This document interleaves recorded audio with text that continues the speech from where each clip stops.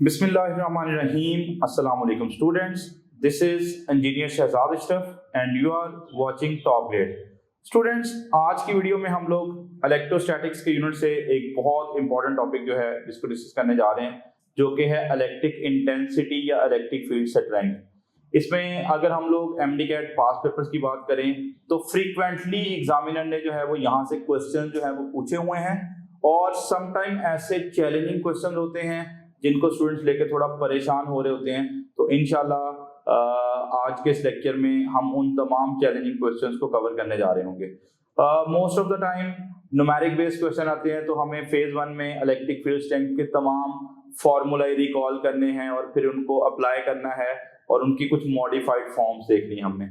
आप भी पाकिस्तान भर से हजारों तलबा की तरह घर बैठे FSC एंड ICS और एंट्री टेस्ट की कंबाइन तैयारी करके अपनी ड्रीम यूनिवर्सिटी में अपना दाखिला यकीनी बना सकते हैं। टॉप ग्रेड पाकिस्तान की वाहिद ऑनलाइन एकेडमी है जो लास्ट 7 ईयर्स से कंसिस्टेंट रिजल्ट्स डिलीवर कर रही है with highest success ratio. And not only this, we publish our scorecards officially every year.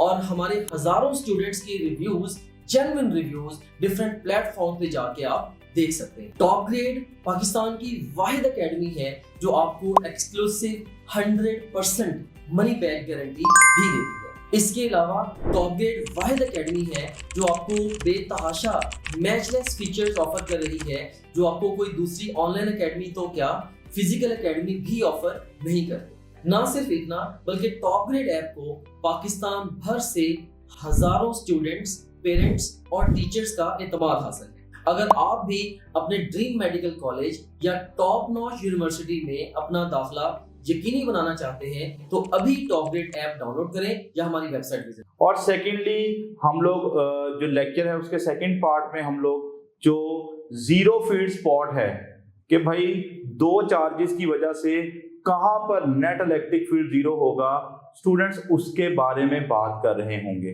तो आइए आज की वीडियो जो है वो स्टार्ट करते हैं।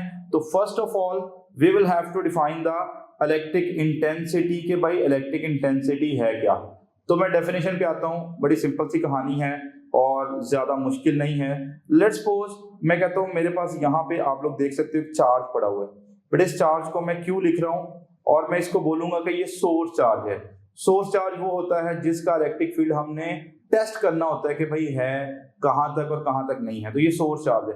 अब मैं इलेक्ट्रिक फील्ड टेस्ट कैसे करूंगा, मैं बाहर से एक और चार्ज लेके आऊंगा जिसे हम टेस्ट चार्ज बोलते हैं। तो ये स्टूडेंट्स में बाहर से एक चार्ज लेके आया Q0, ये जो Q0 है ये क्या कहला रहा है, टेस्ट चार्ज कहला रहा है। अब इलेक्ट्रिक फील्ड स्ट्रेंथ है क्या भाई, जब इस टेस्ट चार्ज को हम लोग किसी भी सोर्स चार्ज के इलेक्ट्रिक फील्ड में रखेंगे तो जितनी इस टेस्ट चार्ज के ऊपर फोर्स लगेगी that is called electric field strength या electric intensity. So definition is quite simple कि भाई इलेक्ट्रिक इंटेंसिटी क्या है, this is actually the force experienced by unit positive charge. बच्चों यहाँ पे यूनिट पॉजिटिव चार्ज से मुराद है टेस्ट चार्ज पे लगने वाली फोर्स जब हम उसको इलेक्ट्रिक फील्ड में रखेंगे। ओके, अब अगली बात में अगले जो पैराग्राफ है उसमें मैंने दो इंपॉर्टेंट चीजें बता दी कि भाई ये जो फोर्स है वो किस तरह से लग रही होती है, जिसके बारे में माइकल फैराडे ने हमें बताया था कि ये 2 स्टेप्स में सारा प्रोसेस हो रहा होता है। सबसे पहले क्या होता है कि भाई जो सोर्स चार्ज है वो खुद का क्या प्रोड्यूस करता है, इलेक्ट्रिक फील्ड प्रोड्यूस करता है, ठीक है। और फिर वो इलेक्ट्रिक फील्ड जो है वो इंटरेक्ट करता है किसके इलेक्ट्रिक फील्ड के साथ, टेस्ट चार्ज के इलेक्ट्रिक फील्ड के साथ, और यूं वो दोनों इलेक्ट्रिक फील्ड के इंटरेक्शन की वजह से फोर्स डेवलप हो रही होती है। खैर आज हमें इसका फॉर्मूला देखना है, तो इलेक्ट्रिक फील्ड स्ट्रेंथ का जो सिंपलेस्ट फॉर्मूला आपके सामने आ रहा है वो है force per unit test charge, ठीक है। ओके, अब मैंने आपको बताया कि जब हम MD-CAT के ज्यादातर पास पेपर उठा के देखेंगे तो हमें मोस्टली जो है वो न्यूमेरिक बेस्ड क्वेश्चन मिलेंगे। तो इसका मतलब ये हुआ कि हमें फेज 1 में इलेक्ट्रिक फील्ड स्ट्रेंथ के तमाम पॉसिबल फॉर्मूलाए जो हैं वो डिस्कस कर लेने हैं ताकि जब भी न्यूमेरिकल बेस्ड क्वेश्चन आए तो आप आसानी से अप्रोच कर सको। तो आइए स्टूडेंट्स, मैं पहले फॉर्मूले की तरफ बढ़ता हूं। इलेक्ट्रिक फील्ड स्ट्रेंथ का जो फर्स्ट फॉर्मूला है वो मैंने अभी आपको बताया कि इलेक्ट्रिक फील्ड स्ट्रेंथ क्या होती है। This is actually the force per unit test charge. Okay, पहला फॉर्मूला तो ये है। और कभी कभार स्टूडेंट्स को दो फॉर्मूले दिए जाते हैं और उनमें पूछा जाता है कि कौन सा इलेक्ट्रिक फील्ड का स्ट्रेंथ का फॉर्मूला है, तो वो कभी कभार गलती कर रहे होते हैं। दो फॉर्मूले क्या लिखे हुए, एक तो मैंने ये लिख दिया, एक कहीं ना कहीं लिखा होगा कि भाई इलेक्ट्रिक फील्ड स्ट्रेंथ जो है वो F ओवर Q के बराबर है। भाई यहाँ पर Q जो है ये सोर्स चार्ज है, तो क्या मैंने ऐसा बोला कि भाई इलेक्ट्रिक फील्ड इंटेंसिटी जो है वो force per unit source charge है? नहीं, ये force per unit test charge है, पहली बात। तो अगर F ओवर Q नॉट भी आ जाए और F ओवर Q भी आ जाए तो सही formula F over Q not है, पहला फॉर्मूला। ठीक है, गौर रखिएगा बातों पे। अच्छा, अब मैंने थोड़ी देर पहले बताया था स्टूडेंट कि एक हमने रखा था क्या भला, सोर्स चार्ज। ओके, जिसको मैंने किससे डिनोट किया था, Q से। और एक हमारे पास क्या था, टेस्ट चार्ज, जिसको किससे डिनोट किया था, Q नॉट से। बताओ इस सोर्स चार्ज के बीच में और टेस्ट चार्ज के बीच में कोई ना कोई फोर्स लग रही है, तो डेफिनेटली लग रही है। और मान लो ये डिस्टेंस r पे पड़े हुए थे, ठीक है, तो आप फोर्स को कैलकुलेट कर सकते हो। बेटे बताइएगा कितनी होगी, F is equal to K Q not over r square. मैंने पहले चार्ज की जगह Q लिखा, दूसरे की जगह Q नॉट लिखा, उसको r स्क्वायर से डिवाइड कर दिया। ये क्या लग रही है, दोनों के बीच में फोर्स। तो अभी मैंने आपको फॉर्मूला बताया था कि अगर आपने इलेक्ट्रिक फील्ड स्ट्रेंथ कैलकुलेट करनी है ना, तो आप क्या करोगे बेटे, आप डिवाइड कर दोगे फोर्स को किससे भला, टेस्ट चार्ज से, force per unit test charge. एक काम करें, फोर्स की ये जो वैल्यू आई है इसको इस फॉर्मूले में यहां पे पुट कर दें, then you will be having another expression for the electric field strength. तो देखिएगा E इज इक्वल टू, हम F की जगह पे क्या लिखेंगे बेटे, देखो F की जगह में क्या लिखोगे, K Q नॉट ओवर क्या आएगा, R स्क्वायर। ये तो मैंने F की जगह लिखा है, और इसको डिवाइड कर दो किससे भला, Q नॉट से डिवाइड कर दो। तो जैसे ही आप Q नॉट से डिवाइड करोगे, ये Q नॉट और Q नॉट क्या हो जाएंगे, कैंसिल हो जाएंगे। Now you are having another expression for the electric field strength, जो कि क्या बन रहा है स्टूडेंट, जिसको मैं यहां पे लिखने जा रहा हूं, E is equal to K Q over R square. देखो ये वाले फॉर्मूले में बच्चों Q आ रहा है, और Q क्या चीज है, जल्दी बताइएगा, इस फॉर्मूले में Q क्या चीज है, this is actually the source charge. और ये जो ऊपर वाला फॉर्मूला था इसमें क्या आना है, Q नॉट, जो कि क्या था, टेस्ट चार्ज। तो अगर F ओवर पूछे तो Q नॉट, और अगर इलेक्ट्रिक फील्ड का फॉर्मूला पूछे कि भाई K Q over R square होता है या K Q not over R square होता है, तो जब हम इलेक्ट्रिक फील्ड का formula E is equal to K Q over R square लिखते हैं, तो यहाँ पे Q कौन सा चार्ज होता है, आई रिपीट कि ये कौन सा चार्ज होगा, सोर्स चार्ज होगा। तो ये दोनों फॉर्मूले सीख लें, ताकि क्वेश्चन अगर वो एग्जामिनर मैनिपुलेट करे तो आपको एग्जैक्टली जो है वो चीजें पता होनी चाहिए। अब बेटे पहली फेज में मैंने बताया सारे फॉर्मूले एक दफा गो थ्रू कर ले। अब कुछ और फॉर्मूला की तरफ बढ़ते हैं। आपने इलेक्ट्रिक फील्ड स्ट्रेंथ का एक और फॉर्मूला पढ़ा हुआ है in terms of potential gradient, तो याद होगा हमने पढ़ा था E is equal to delta V over delta R। बच्चों ये वाला फॉर्मूला भी पढ़ा था। फिर इसको छोड़ दें, आपने इलेक्ट्रिक फील्ड का formula in terms of flux भी आप लोग पढ़ सकते हो। लाइक आपने फ्लक्स का फॉर्मूला पढ़ा था स्टूडेंट, क्या भला, इलेक्ट्रिक फ्लक्स का फॉर्मूला होता है E डॉट A होता है। तो यहां से बताओ, अगर मैं इलेक्ट्रिक फील्ड की वैल्यू पता लगाऊं तो वो क्या आएगी, electric flux per unit area.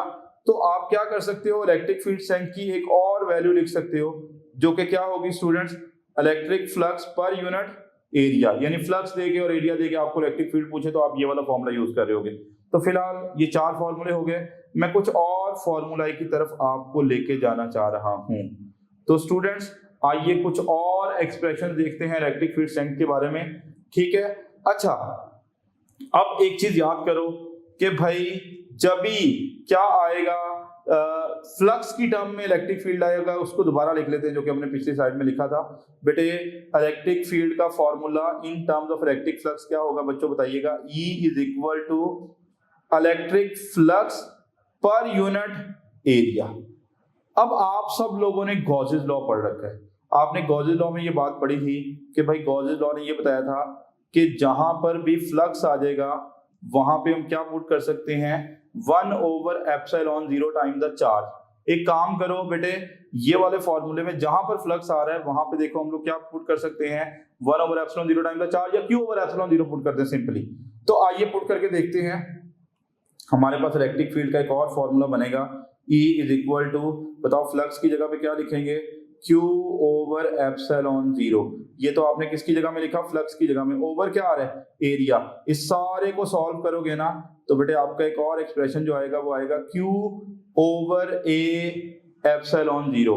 तो ये है इलेक्ट्रिक फील्ड स्ट्रेंथ का आप कह लें पांचवा फॉर्मूला, जो आपको क्या करना है, यूटिलाइज करना है।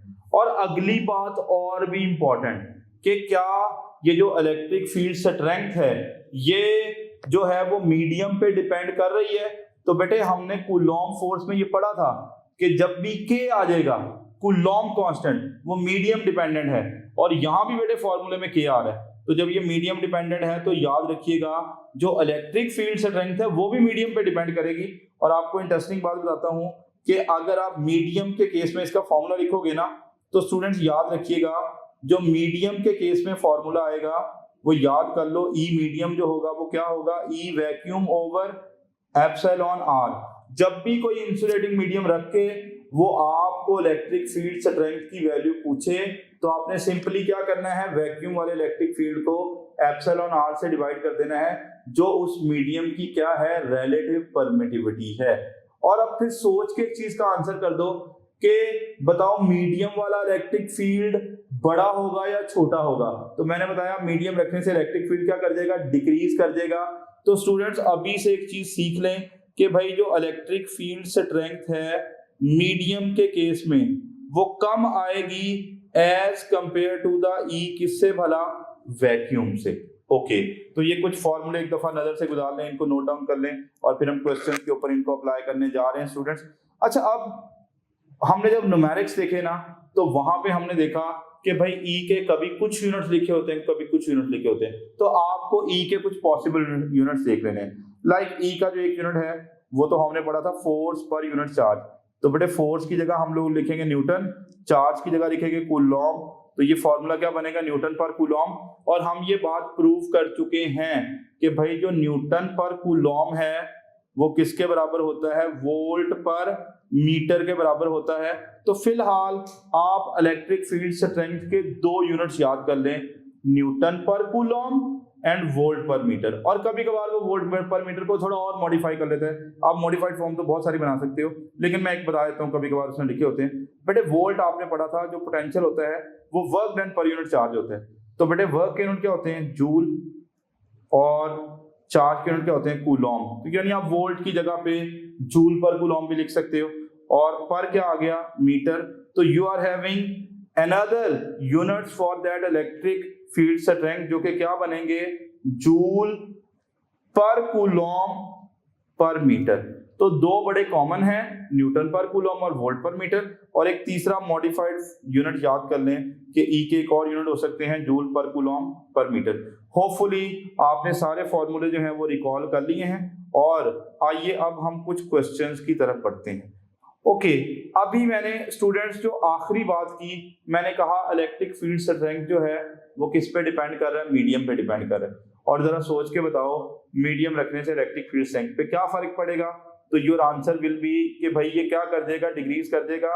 तो मैंने आपको रेफरेंस दिया एक पास पेपर का, ठीक है, ये PMC 2020, ठीक है, जो टेस्ट कंडक्ट हुआ था कोविड के फौरी बाद। यहाँ पे एक सवाल पूछा हुआ था कि the value of electric intensity will increase या decrease due to the presence of dielectric medium. अगर हम कोई इंसुलेटिंग मीडियम रख दें तो इलेक्ट्रिक फील्ड स्ट्रेंथ पे क्या फर्क पड़ेगा।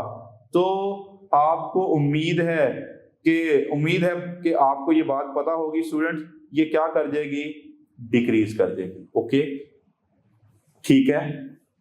अब अगला सवाल बड़े ध्यान से सुनिएगा और गलती मत कीजिएगा। लेकिन मैं अगले सवाल पे जाने से पहले एक चीज आपको बता दूं कि हमने एक बात बार बार पढ़ी है कि भाई जो ही मीडियम रखते हैं जो इलेक्ट्रिक फील्ड की वैल्यू है वो कम हो जाती है वैक्यूम वाले से। और कितने टाइम्स कम हो जाती है, एप्सिलॉन आर टाइम्स कम हो जाती है। ये वो फॉर्मूला है जिससे आपको वो ई मीडियम दे के ई वैक्यूम पूछे, या ई वैक्यूम दे के ई मीडियम पूछे, या वैक्यूम और मीडियम दोनों के ई दे के डाइलेक्ट्रिक कांस्टेंट की वैल्यू पूछे। तो सवाल सुनिएगा ध्यान से और अप्लाई कीजिएगा। The value of electric intensity in the presence of dielectric medium of dielectric constant 40 is E. Okay, थोड़ा सवाल जो है वो परेशान कुन हो गया, ज्यादा परेशानी वाली बात नहीं है। पहले उसने बताया मैंने दोनों चार्जेस के बीच में क्या रखा, कोई इंसुलेटिंग मीडियम रखा, और जो इंसुलेटिंग मीडियम रखा बेटे उसके डाइलेक्ट्रिक कांस्टेंट की उसने वैल्यू बता दी है। उसने बोला कितनी है, 40 है, आई थिंक सो। ओके 40 है, और उसने बताया तब जो इलेक्ट्रिक फील्ड है उसकी वैल्यू ई है। बच्चों सोच के बताओ ये ई मीडियम है या ई वैक्यूम है। बेटे उसने बोला इंसुलेटिंग मीडियम रखा हुआ है, वो वाला इलेक्ट्रिक फील्ड ई है, तो लिहाजा वो हमें ई मीडियम की वैल्यू बता रहा है। बेटे ई मीडियम की उसने वैल्यू बता दी कितनी भला, ई। अब उसने बोला कि now if dielectric is removed then the electric field intensity will be. अगर डाइलेक्ट्रिक रिमूव कर दिया जाए तो अब इलेक्ट्रिक फील्ड स्ट्रेंथ पे क्या फर्क पड़ेगा। यानी डाइलेक्ट्रिक रिमूव किया है, बेटे डाइलेक्ट्रिक रिमूव करेंगे तो जो नई इलेक्ट्रिक इंटेंसिटी आएगी उसे मुझे क्या बोलना है, ई वैक्यूम। इट मीन हमें ई वैक्यूम की वैल्यू पता लगानी है। अगर आप अपने ड्रीम मेडिकल कॉलेज या पाकिस्तान की किसी भी टॉप नॉच यूनिवर्सिटी में अपनी सीट को 100% सिक्योर करना चाहते हैं, you guys must join TopGrade. I am Hira Osman from Sahiwal. I have secured 92.6% aggregate in MDCAT 2023 and I am excited to get admission in my dream medical college. TopGrade is Pakistan's #1 online academy that has helped thousands of students just like you to secure admission in their dream medical colleges and university. अस्सलाम वालेकुम, मेरा नाम मुक़द्दस मरियम है और मेरा इस साल admission अल्लामा Iqbal medical college Lahore में हुआ है। जो टॉप ग्रेड की जो मुझे बातें पसंद थी ना, एक उसमें रिकॉर्डेड लेक्चर्स थे, मैं रात को 12 बजे भी ऑन करती थी ना, और मैं उनकी स्पीड भी बढ़ा लेती थी, मैं 2x भी चला लेती थी उन्हें। असल में इसमें ये होता है कि इसमें वीडियो लेक्चर्स ना रिकॉर्डेड पड़े होते हैं, और वीडियो लेक्चर्स जिस बंदे ने रिकॉर्ड करवाए हैं ना उसका नाम है डॉक्टर मौज़म मंजूर, और वो भी खुद भी अल्लामा इकबाल का ग्रेजुएट है, MBBS डॉक्टर। तो बड़े अच्छे लेक्चर्स थे वो, यकीन जाने मतलब कमाल थे वो, बहुत अच्छे कॉन्सेप्ट बनाते हैं वो स्लाइड्स के थ्रू प्रोजेक्टर्स के थ्रू पढ़ाते थे, उसमें एनिमेशंस भी उन्होंने डाली होती थी, उनको टेबल्स वगैरह बना के फ्लो चार्ट्स बना के वो चीज़ों को ना आपके दिमाग में बिल्कुल फिक्स कर देते थे, और आपको ना ड्यूरिंग लेक्चर रिकॉर्ड करने की ज़रूरत नहीं होती थी। TopGrade is the brainchild of Dr. Mozam Manzoor, who is a medical doctor and a passionate teacher. I am Dr. Muazzam Manzoor. Medicine is my profession and teaching is my passion. I have developed TopGrade app so as to make your exam preparation easier, enjoyable and affordable. So what are you guys waiting for? Visit topgrade.pk and sign up free to get up to 100% scholarship for online preparation of FSC, MDCAT, ECAT, NUST, NUMS, AKU, PAS, FAST and GK entrance exams. तो student formula is quite simple. हमने क्या पढ़ा बताओ, E medium जो होता है वो क्या होता है, ई वैक्यूम ओवर क्या होगा, एप्सिलॉन आर। बताओ मीडियम वाले इलेक्ट्रिक फील्ड को उसने क्या नाम दिया, ई का नाम दिया। भाई वैक्यूम वाला इलेक्ट्रिक फील्ड सर वो तो पता लगाना है, और एप्सिलॉन आर की वैल्यू उसने बता दी है कितनी है, 40 है। अब 40 को इधर ले आए तो जो हमारे पास ई वैक्यूम की वैल्यू आएगी students that comes out to be 40 E, तो हमारा राइट ऑप्शन हो जाएगा 40 ई। और वैसे भी अक्लमंदी का मुजाहरा करो, चूंकि इंसुलेटिंग मीडियम को हटाया है तो लिहाजा इलेक्ट्रिक फील्ड ने बढ़ जाना है, और कितना बढ़ना है, जितना उस इंसुलेटिंग मीडियम के डाई इलेक्ट्रिक कांस्टेंट की वैल्यू थी जो कि आज 40 थी। तो जब वो आप डाइलेक्ट्रिक हटाओगे तो इलेक्ट्रिक फील्ड 40 टाइम्स बढ़ जाएगा। तो ये कहानी है आपके सामने। तो मीडियम वाले क्वेश्चन उम्मीद है आपको समझ आ गए होंगे। अब कुछ और क्वेश्चन लेते हैं, ठीक है। मैं पास पेपर का रेफरेंस दे रहा हूँ, ये UHS 2017 में क्वेश्चन आया जो आपकी स्क्रीन पे आ रहा है। उसने बताया कि भाई एक चार्ज है, कितने का है, 5 माइक्रोकूलम का। अच्छा बच्चों एक और चीज बता दूं कि आपने छोटी छोटी चीजें इग्नोर नहीं करना होती। आपकी बुक के कुछ न्यूमेरिकल जो हैं वो एज इट इज आ रहे होते। तो ये जो PTB है उसकी बुक का ये न्यूमेरिकल है जो उसने पेपर में जो है वो पूछा हुआ था। खैर उसने बोला एक 5 माइक्रोकूलम का चार्ज है जिसे हमने किस पे रखा, ओरिजिन पे रखा, और आपको उस चार्ज की वजह से क्या पता लगाना है, इलेक्ट्रिक फील्ड स्ट्रेंथ पता लगाना है एक ऐसे पॉइंट पे जिसका उसने पोजीशन वेक्टर बता दिया है। ओके, सवाल को ध्यान से समझते हैं बेटे। उसने बताया कि एक चार्ज है उसको हमने ओरिजिन पे रख दिया है।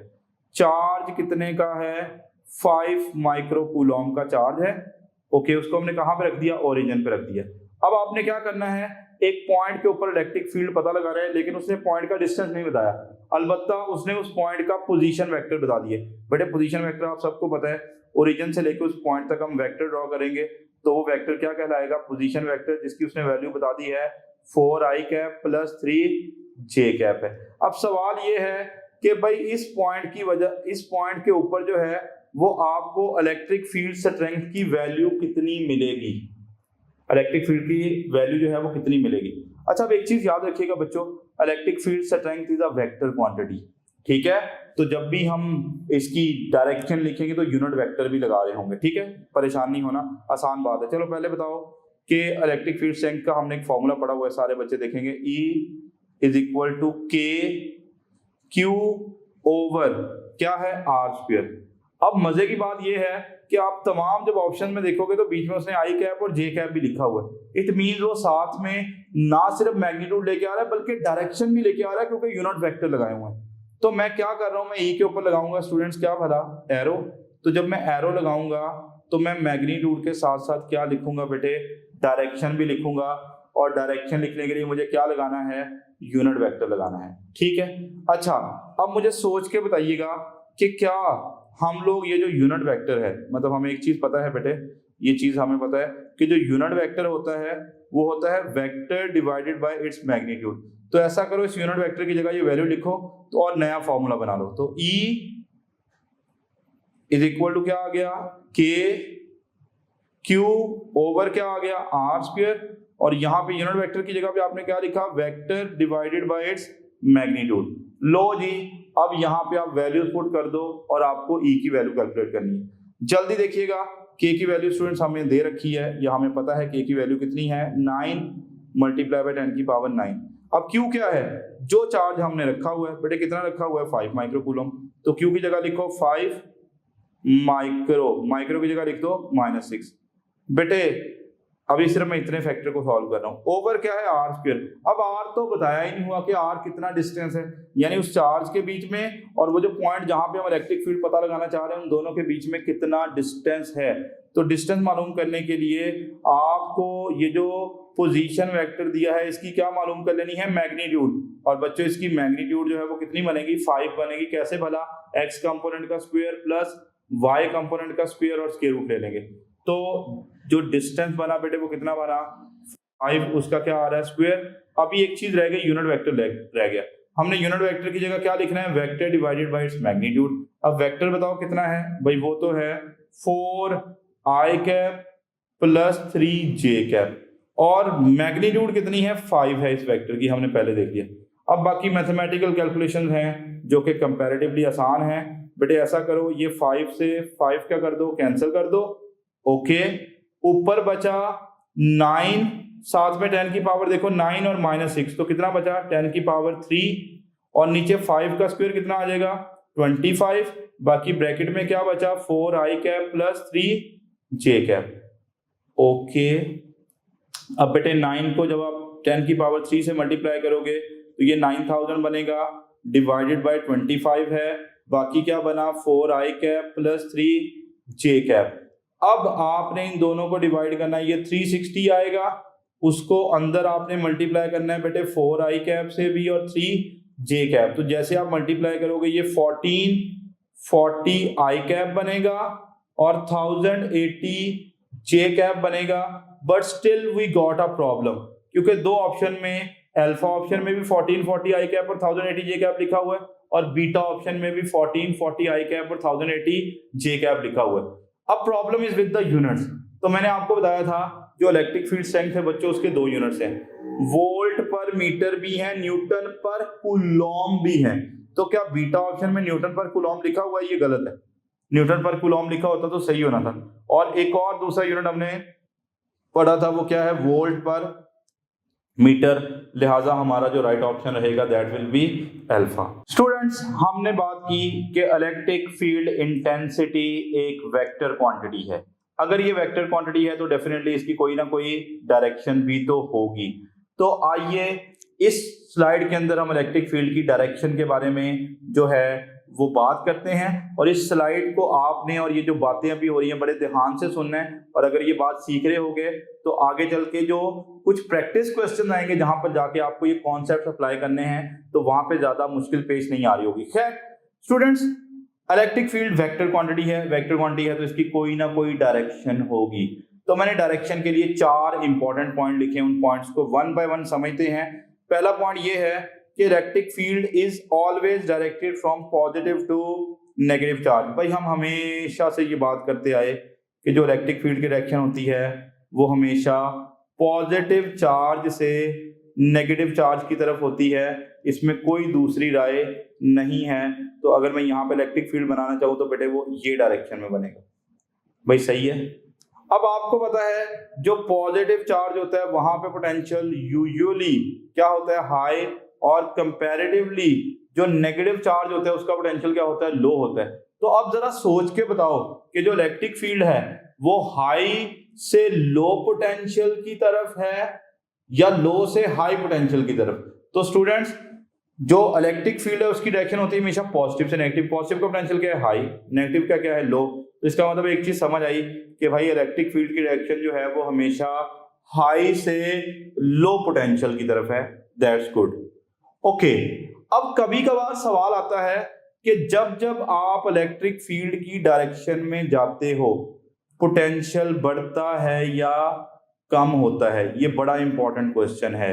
जब जब आप इलेक्ट्रिक फील्ड की डायरेक्शन में जाते हो पोटेंशियल बढ़ता है या कम होता है। तो बेटे जल्दी बताओ, यहाँ पे क्या था, हाई पोटेंशियल।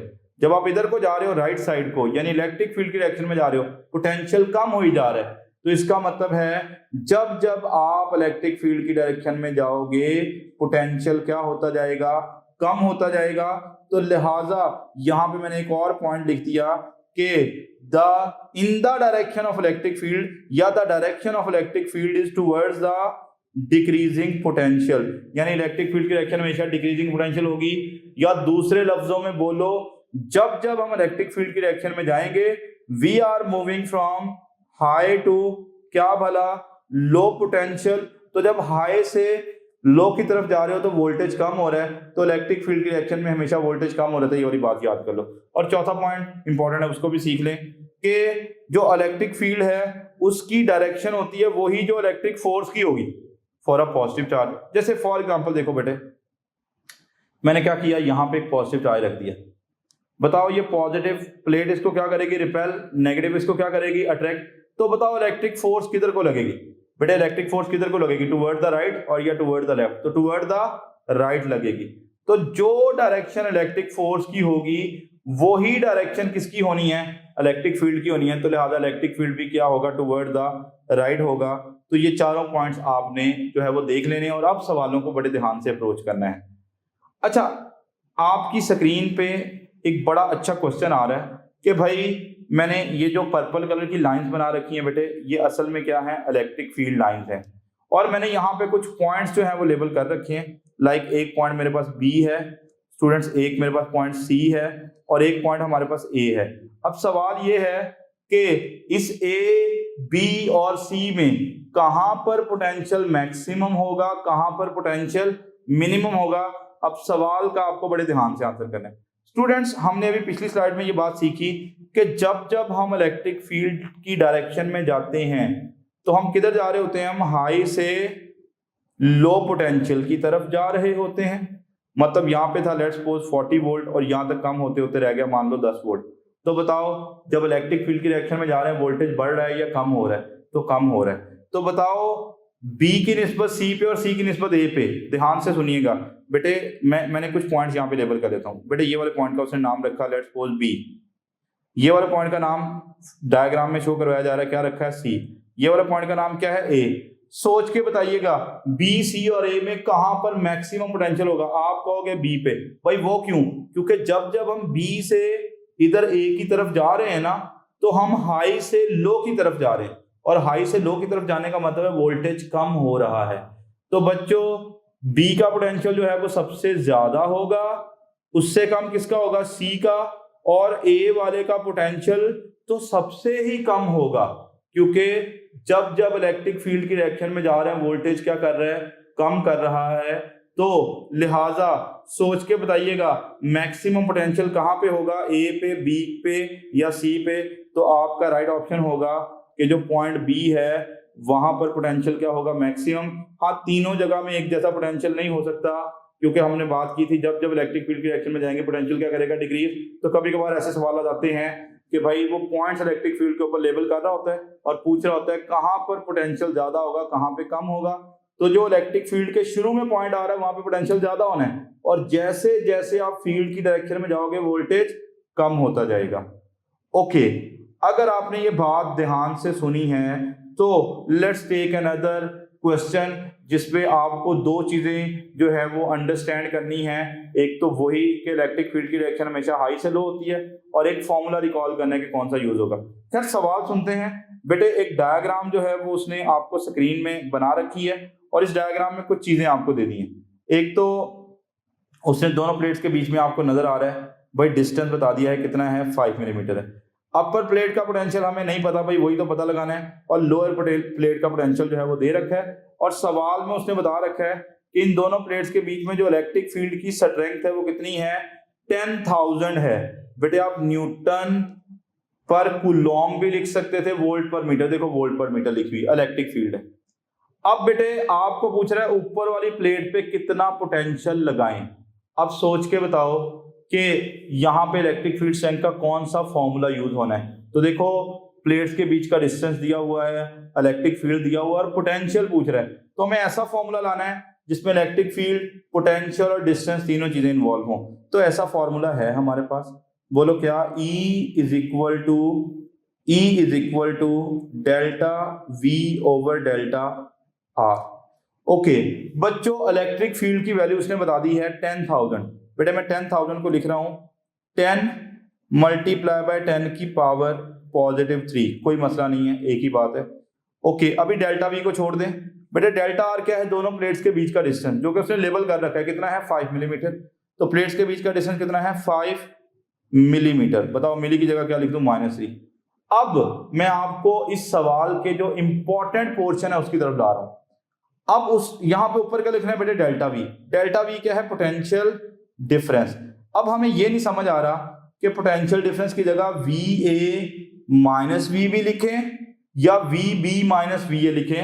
खैर हमने एक चीज सीखी हुई है कि सर जब भी पोटेंशियल डिफरेंस पता लगाना है तो हमने हाई वाले पोटेंशियल में से लो वाले पोटेंशियल को माइनस करना है। अब हमें कैसे पता चलेगा कि हाई कौन सा, लो कौन सा, क्योंकि एक प्लेट का पोटेंशियल दिया दूसरी का तो दिया ही नहीं, तो हम कंपैरेटिवली पता लगा लेते। लेकिन यहाँ पे कीवर्ड लिखा हुआ है कि भाई जो इलेक्ट्रिक फील्ड है बच्चों वो किधर है, downward. This is the key point. Electric field किधर है, डाउनवर्ड। डाउनवर्ड का मतलब है ये ऊपर वाली प्लेट से नीचे वाली प्लेट की तरफ है। और मैंने बार बार बताया बच्चों कि इलेक्ट्रिक फील्ड जो है this is always directed from high potential to, बोलो क्या भला, low potential. Why students love top grade? Number 1, अब हमारे वीडियो लेक्चर्स की हेल्प से कभी भी और कहीं भी किसी भी टॉपिक के कॉन्सेप्ट्स को निहायत आसानी से बहुत शॉर्ट टाइम में बिल्ड कर सकते हैं। नंबर 2, अब आपको लेक्चर नोट करने की बिल्कुल जरूरत नहीं है, क्योंकि टॉप ग्रेड आपको प्रोवाइड कर रहा है प्लेबल स्लाइड्स, जिनकी हेल्प से आप अपने घंटों के लेक्चर को बहुत शॉर्ट टाइम में रिवाइज कर सकते हैं। और अगर एग्जाम करीब हो तो आप अपने किसी भी सब्जेक्ट के पूरे सिलेबस को बहुत शॉर्ट टाइम में रिवाइज कर सकते हैं। Number 3, top grade only app है जिसकी हेल्प से आप किसी भी टॉपिक के तमाम पास पेपर्स का टेस्ट क्रिएट कर सकते हैं, और ना सिर्फ इतना बल्कि आप उनके सॉल्यूशंस भी देख सकते हैं, और एग्जाम्स का मोर देन 60% इन्हीं पास पेपर्स से आता है। नंबर 4, टॉप ग्रेड आपको प्रोवाइड करता है पाकिस्तान का सबसे बड़ा और ऑथेंटिक क्वेश्चन बैंक, जिसकी हेल्प से आप जब चाहें, जैसे चाहें और जितने चाहे टेस्ट क्रिएट कर सकते हैं।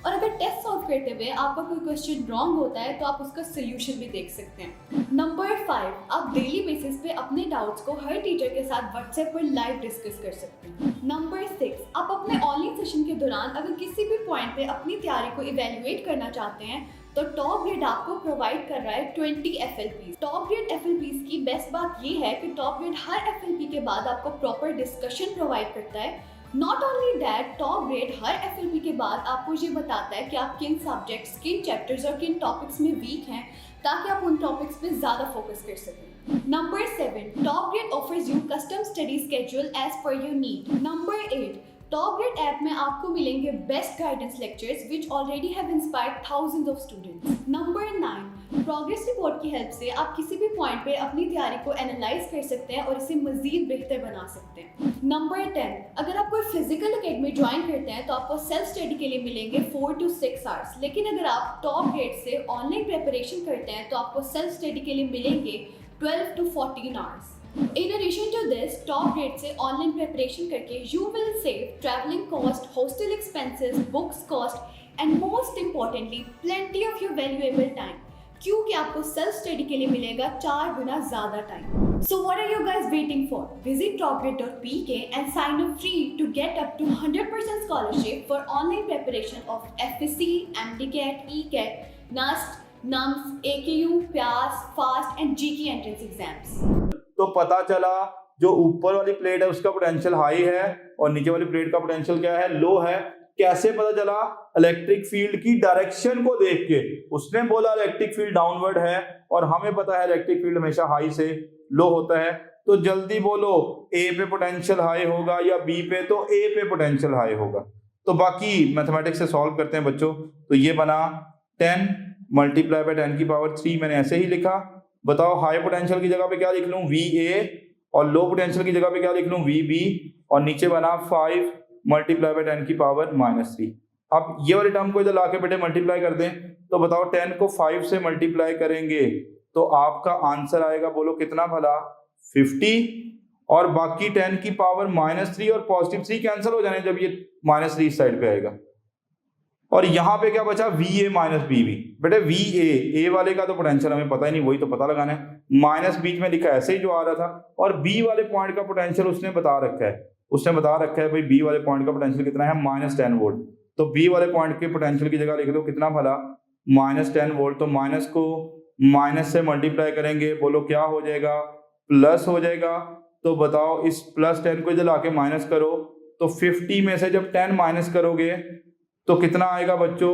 40 वोल्ट आ जाएगा। तो जो ए वाली प्लेट का पोटेंशियल है that comes out to be 40 volt. यानी आपने इस क्वेश्चन में 2 इंपॉर्टेंट चीजें सीखी। एक तो आपको फौरी रिकॉल करना था फॉर्मूला कौन सा आ रहा है, और दूसरी बात अगर हमें ये ना पता चले कि कौन सा पोटेंशियल हाई है कौन सा लो है, तो हम हमेशा किसको देखेंगे? इलेक्ट्रिक फील्ड की डायरेक्शन को देखेंगे, और जिससे हमें बखूबी अंदाजा हो जाएगा कि इलेक्ट्रिक फील्ड की डायरेक्शन हमेशा हाई पोटेंशियल से लो की तरफ होती है। तो जब आपने ये इंडिकेशन कर ली तो वहां से आपको हाई और लो पोटेंशियल का पता चल जाएगा और you can easily solve that question.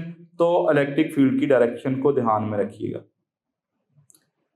Okay बेटे, इलेक्ट्रिक फील्ड स्ट्रेंथ का हमने एक फॉर्मूला लिखा था, याद करो जरा। E = KQ ओवर क्या भला? R²। तो जो इलेक्ट्रिक फील्ड स्ट्रेंथ है ये इनवर्स स्क्वायर लॉ को फॉलो करती है। भाई इनवर्स स्क्वायर लॉ को फॉलो करने का मतलब क्या है कि जो इलेक्ट्रिक फील्ड स्ट्रेंथ है ये डिस्टेंस के स्क्वायर के क्या है? इनवर्सली प्रोपोर्शनल है। तो अगर E के बीच में और R² के बीच में ग्राफ बनाया जाए तो इन दोनों का क्या रिलेशन है? इनवर्स, जैसे प्रेशर और वॉल्यूम का इनवर्स रिलेशनशिप है। तो बड़ी ये ग्राफ जो है ये एक ऐसी कर्व बनेगा, और ऐसी कर्व को हम लोग क्या बोलते हैं? हाइपरबोला बोलते हैं। तो अगर E और R² के बीच में ग्राफ पूछे तो बेटे वो ग्राफ कैसा आएगा? एक हाइपरबोलिक ग्राफ आएगा। ठीक है, अब मैंने कहा मैं पास पेपर्स का रेफरेंस जरूर रखूंगा साथ में। तो बेटे आगे अगली स्लाइड में एक पास पेपर का क्वेश्चन मैं लेने जा रहा हूं, लेकिन पहले जो स्क्रीन पे क्वेश्चन आ रहा है उसको बड़े ध्यान से सुने। एक चार्ज था, उससे हम कुछ फासले पे चले गए। कितने फासले पे चले गए? जो यहाँ पे लेबल्ड है बेटे कितना भला? 1 मीटर, और वहां पे इलेक्ट्रिक फील्ड कितना है? E है। मैं क्वेश्चन समझा दूं। मतलब एक चार्ज था बेटे, सुनो ध्यान से, इससे कुछ डिस्टेंस पे चले गए। कितने डिस्टेंस पे चले गए? 1 मीटर के डिस्टेंस पे चले गए। वहां पे हमें इलेक्ट्रिक फील्ड स्ट्रेंथ कितनी मिली? E मिली। अब बताओ हम चार्ज से कितने डिस्टेंस पे चले जाएं? डिस्टेंस की वैल्यू पता लगानी है कि जो इलेक्ट्रिक फील्ड है वो E की बजाय कितना हो जाए? 16E हो जाए। देखो डिस्टेंस का सवाल आ गया, इलेक्ट्रिक फील्ड दे के डिस्टेंस वो पूछ रहा है। बेटे हम लोग क्या पढ़ के आए अभी कि जो इलेक्ट्रिक फील्ड स्ट्रेंथ है वो डिस्टेंस के स्क्वायर के क्या है? इनवर्सली प्रोपोर्शनल है। तो बताओ अगर मतलब मैंने यहाँ पे बताया बेटे ई का आर स्क्वायर के साथ क्या रिलेशन है, इनवर्स। तो जल्दी बताओ, अगर मैं एक साइड पे इलेक्ट्रिक फील्ड स्ट्रेंथ की रेशियो ले लूं E1/E2, क्या दूसरी साइड पे मुझे डिस्टेंसेस की रेशियो लिखनी पड़ेगी? नहीं, क्योंकि डिस्टेंस के साथ कैसा रिलेशन है, इनवर्स। तो मुझे डिस्टेंसेस की इनवर्स रेशियो लिखना है बेटे, मैं इनवर्स रेशियो लिखूंगा। तो अगर मुझे ऊपर इलेक्ट्रिक फील्ड E1 लिखा है तो डिस्टेंस R1 नहीं लिखना, कौन सा लिखना है, R2 लिखना है। और डिस्टेंस का क्या इन्वॉल्व है, स्क्वायर इन्वॉल्व है। और नीचे इलेक्ट्रिक फील्ड E2 लिखा है तो डिस्टेंस के स्क्वायर के साथ इन्वर्स है। तो मुझे नीचे जो डिस्टेंस है स्टूडेंट्स वो कौन सा लिखना है, जल्दी बताइएगा, R1 लिखना है। लें जी, अब ये फॉर्मूला आ गया, इसमें सिर्फ वैल्यूज पुट करें और आंसर आ जाएगा। जल्दी बताओ E1 क्या है, शुरू वाला इलेक्ट्रिक फील्ड। बेटे शुरू में इलेक्ट्रिक फील्ड की वैल्यू क्या बोल रहा था, वो शुरू में कह रहा था भाई इलेक्ट्रिक फील्ड की वैल्यू कितनी है, E है। ले जी, मैंने शुरू वाले इलेक्ट्रिक फील्ड की जगह E लिख दिया। दूसरे वाला इलेक्ट्रिक फील्ड उसने कितना बताया हुआ है बेटे, E2। बताओ नया इलेक्ट्रिक फील्ड कितना है, 16E। तो E2 की जगह पे क्या लिख दो, 16E। ओके बेटे, R2 है नया डिस्टेंस, वो तो हमने पता लगाना है, उसको ऐसे ही लिख लो। R1 क्या है, पहला डिस्टेंस। बताओ पहला डिस्टेंस कितना था, 1 मीटर था, लेकिन ऊपर स्क्वायर भी आ रहा है। ठीक है, अब बेटे सिंपल मैथमेटिक्स है, चीजों को सॉल्व करें। E से E क्या हो जाएगा, कैंसिल हो जाएगा, और 1 का स्क्वायर जो है वो 1 ही आएगा। यानी हमारा जो लेफ्ट साइड पे बच रहा है वो 1/16 बच रहा है, और यहाँ पे क्या बच रहा है, R2 स्क्वायर। हमें R2 मतलब नए वाला डिस्टेंस पता लगाना है, तो दोनों साइड पे स्क्वायर रूट ले लो। तो 1 का स्क्वायर रूट कितना आ जाएगा, 1। 16 का स्क्वायर रूट कितना आ जाएगा, 4। और जब राइट साइड पे आप स्क्वायर लोगे तो स्क्वायर और स्क्वायर रूट क्या हो जाएंगे, कैंसल हो जाएंगे। तो यहां से बच्चों जो R2 की वैल्यू आ रही है वो 1/4 कितना होता है, 0.25 आ गया। तो आंसर कितना आया, 0.25 मीटर। लेकिन उसने आंसर सेंटीमीटर में दिए हुए हैं, तो आप 0.25 मीटर, जब आप 2 डेसिमल इधर जाओगे तो क्या लिखोगे, जल्दी बताइएगा, 25 मल्टीप्लाई बाय 10⁻⁻2 मीटर। यानी हमारी जो R2 की वैल्यू आ रही है वो 25 सेंटीमीटर आ रही है।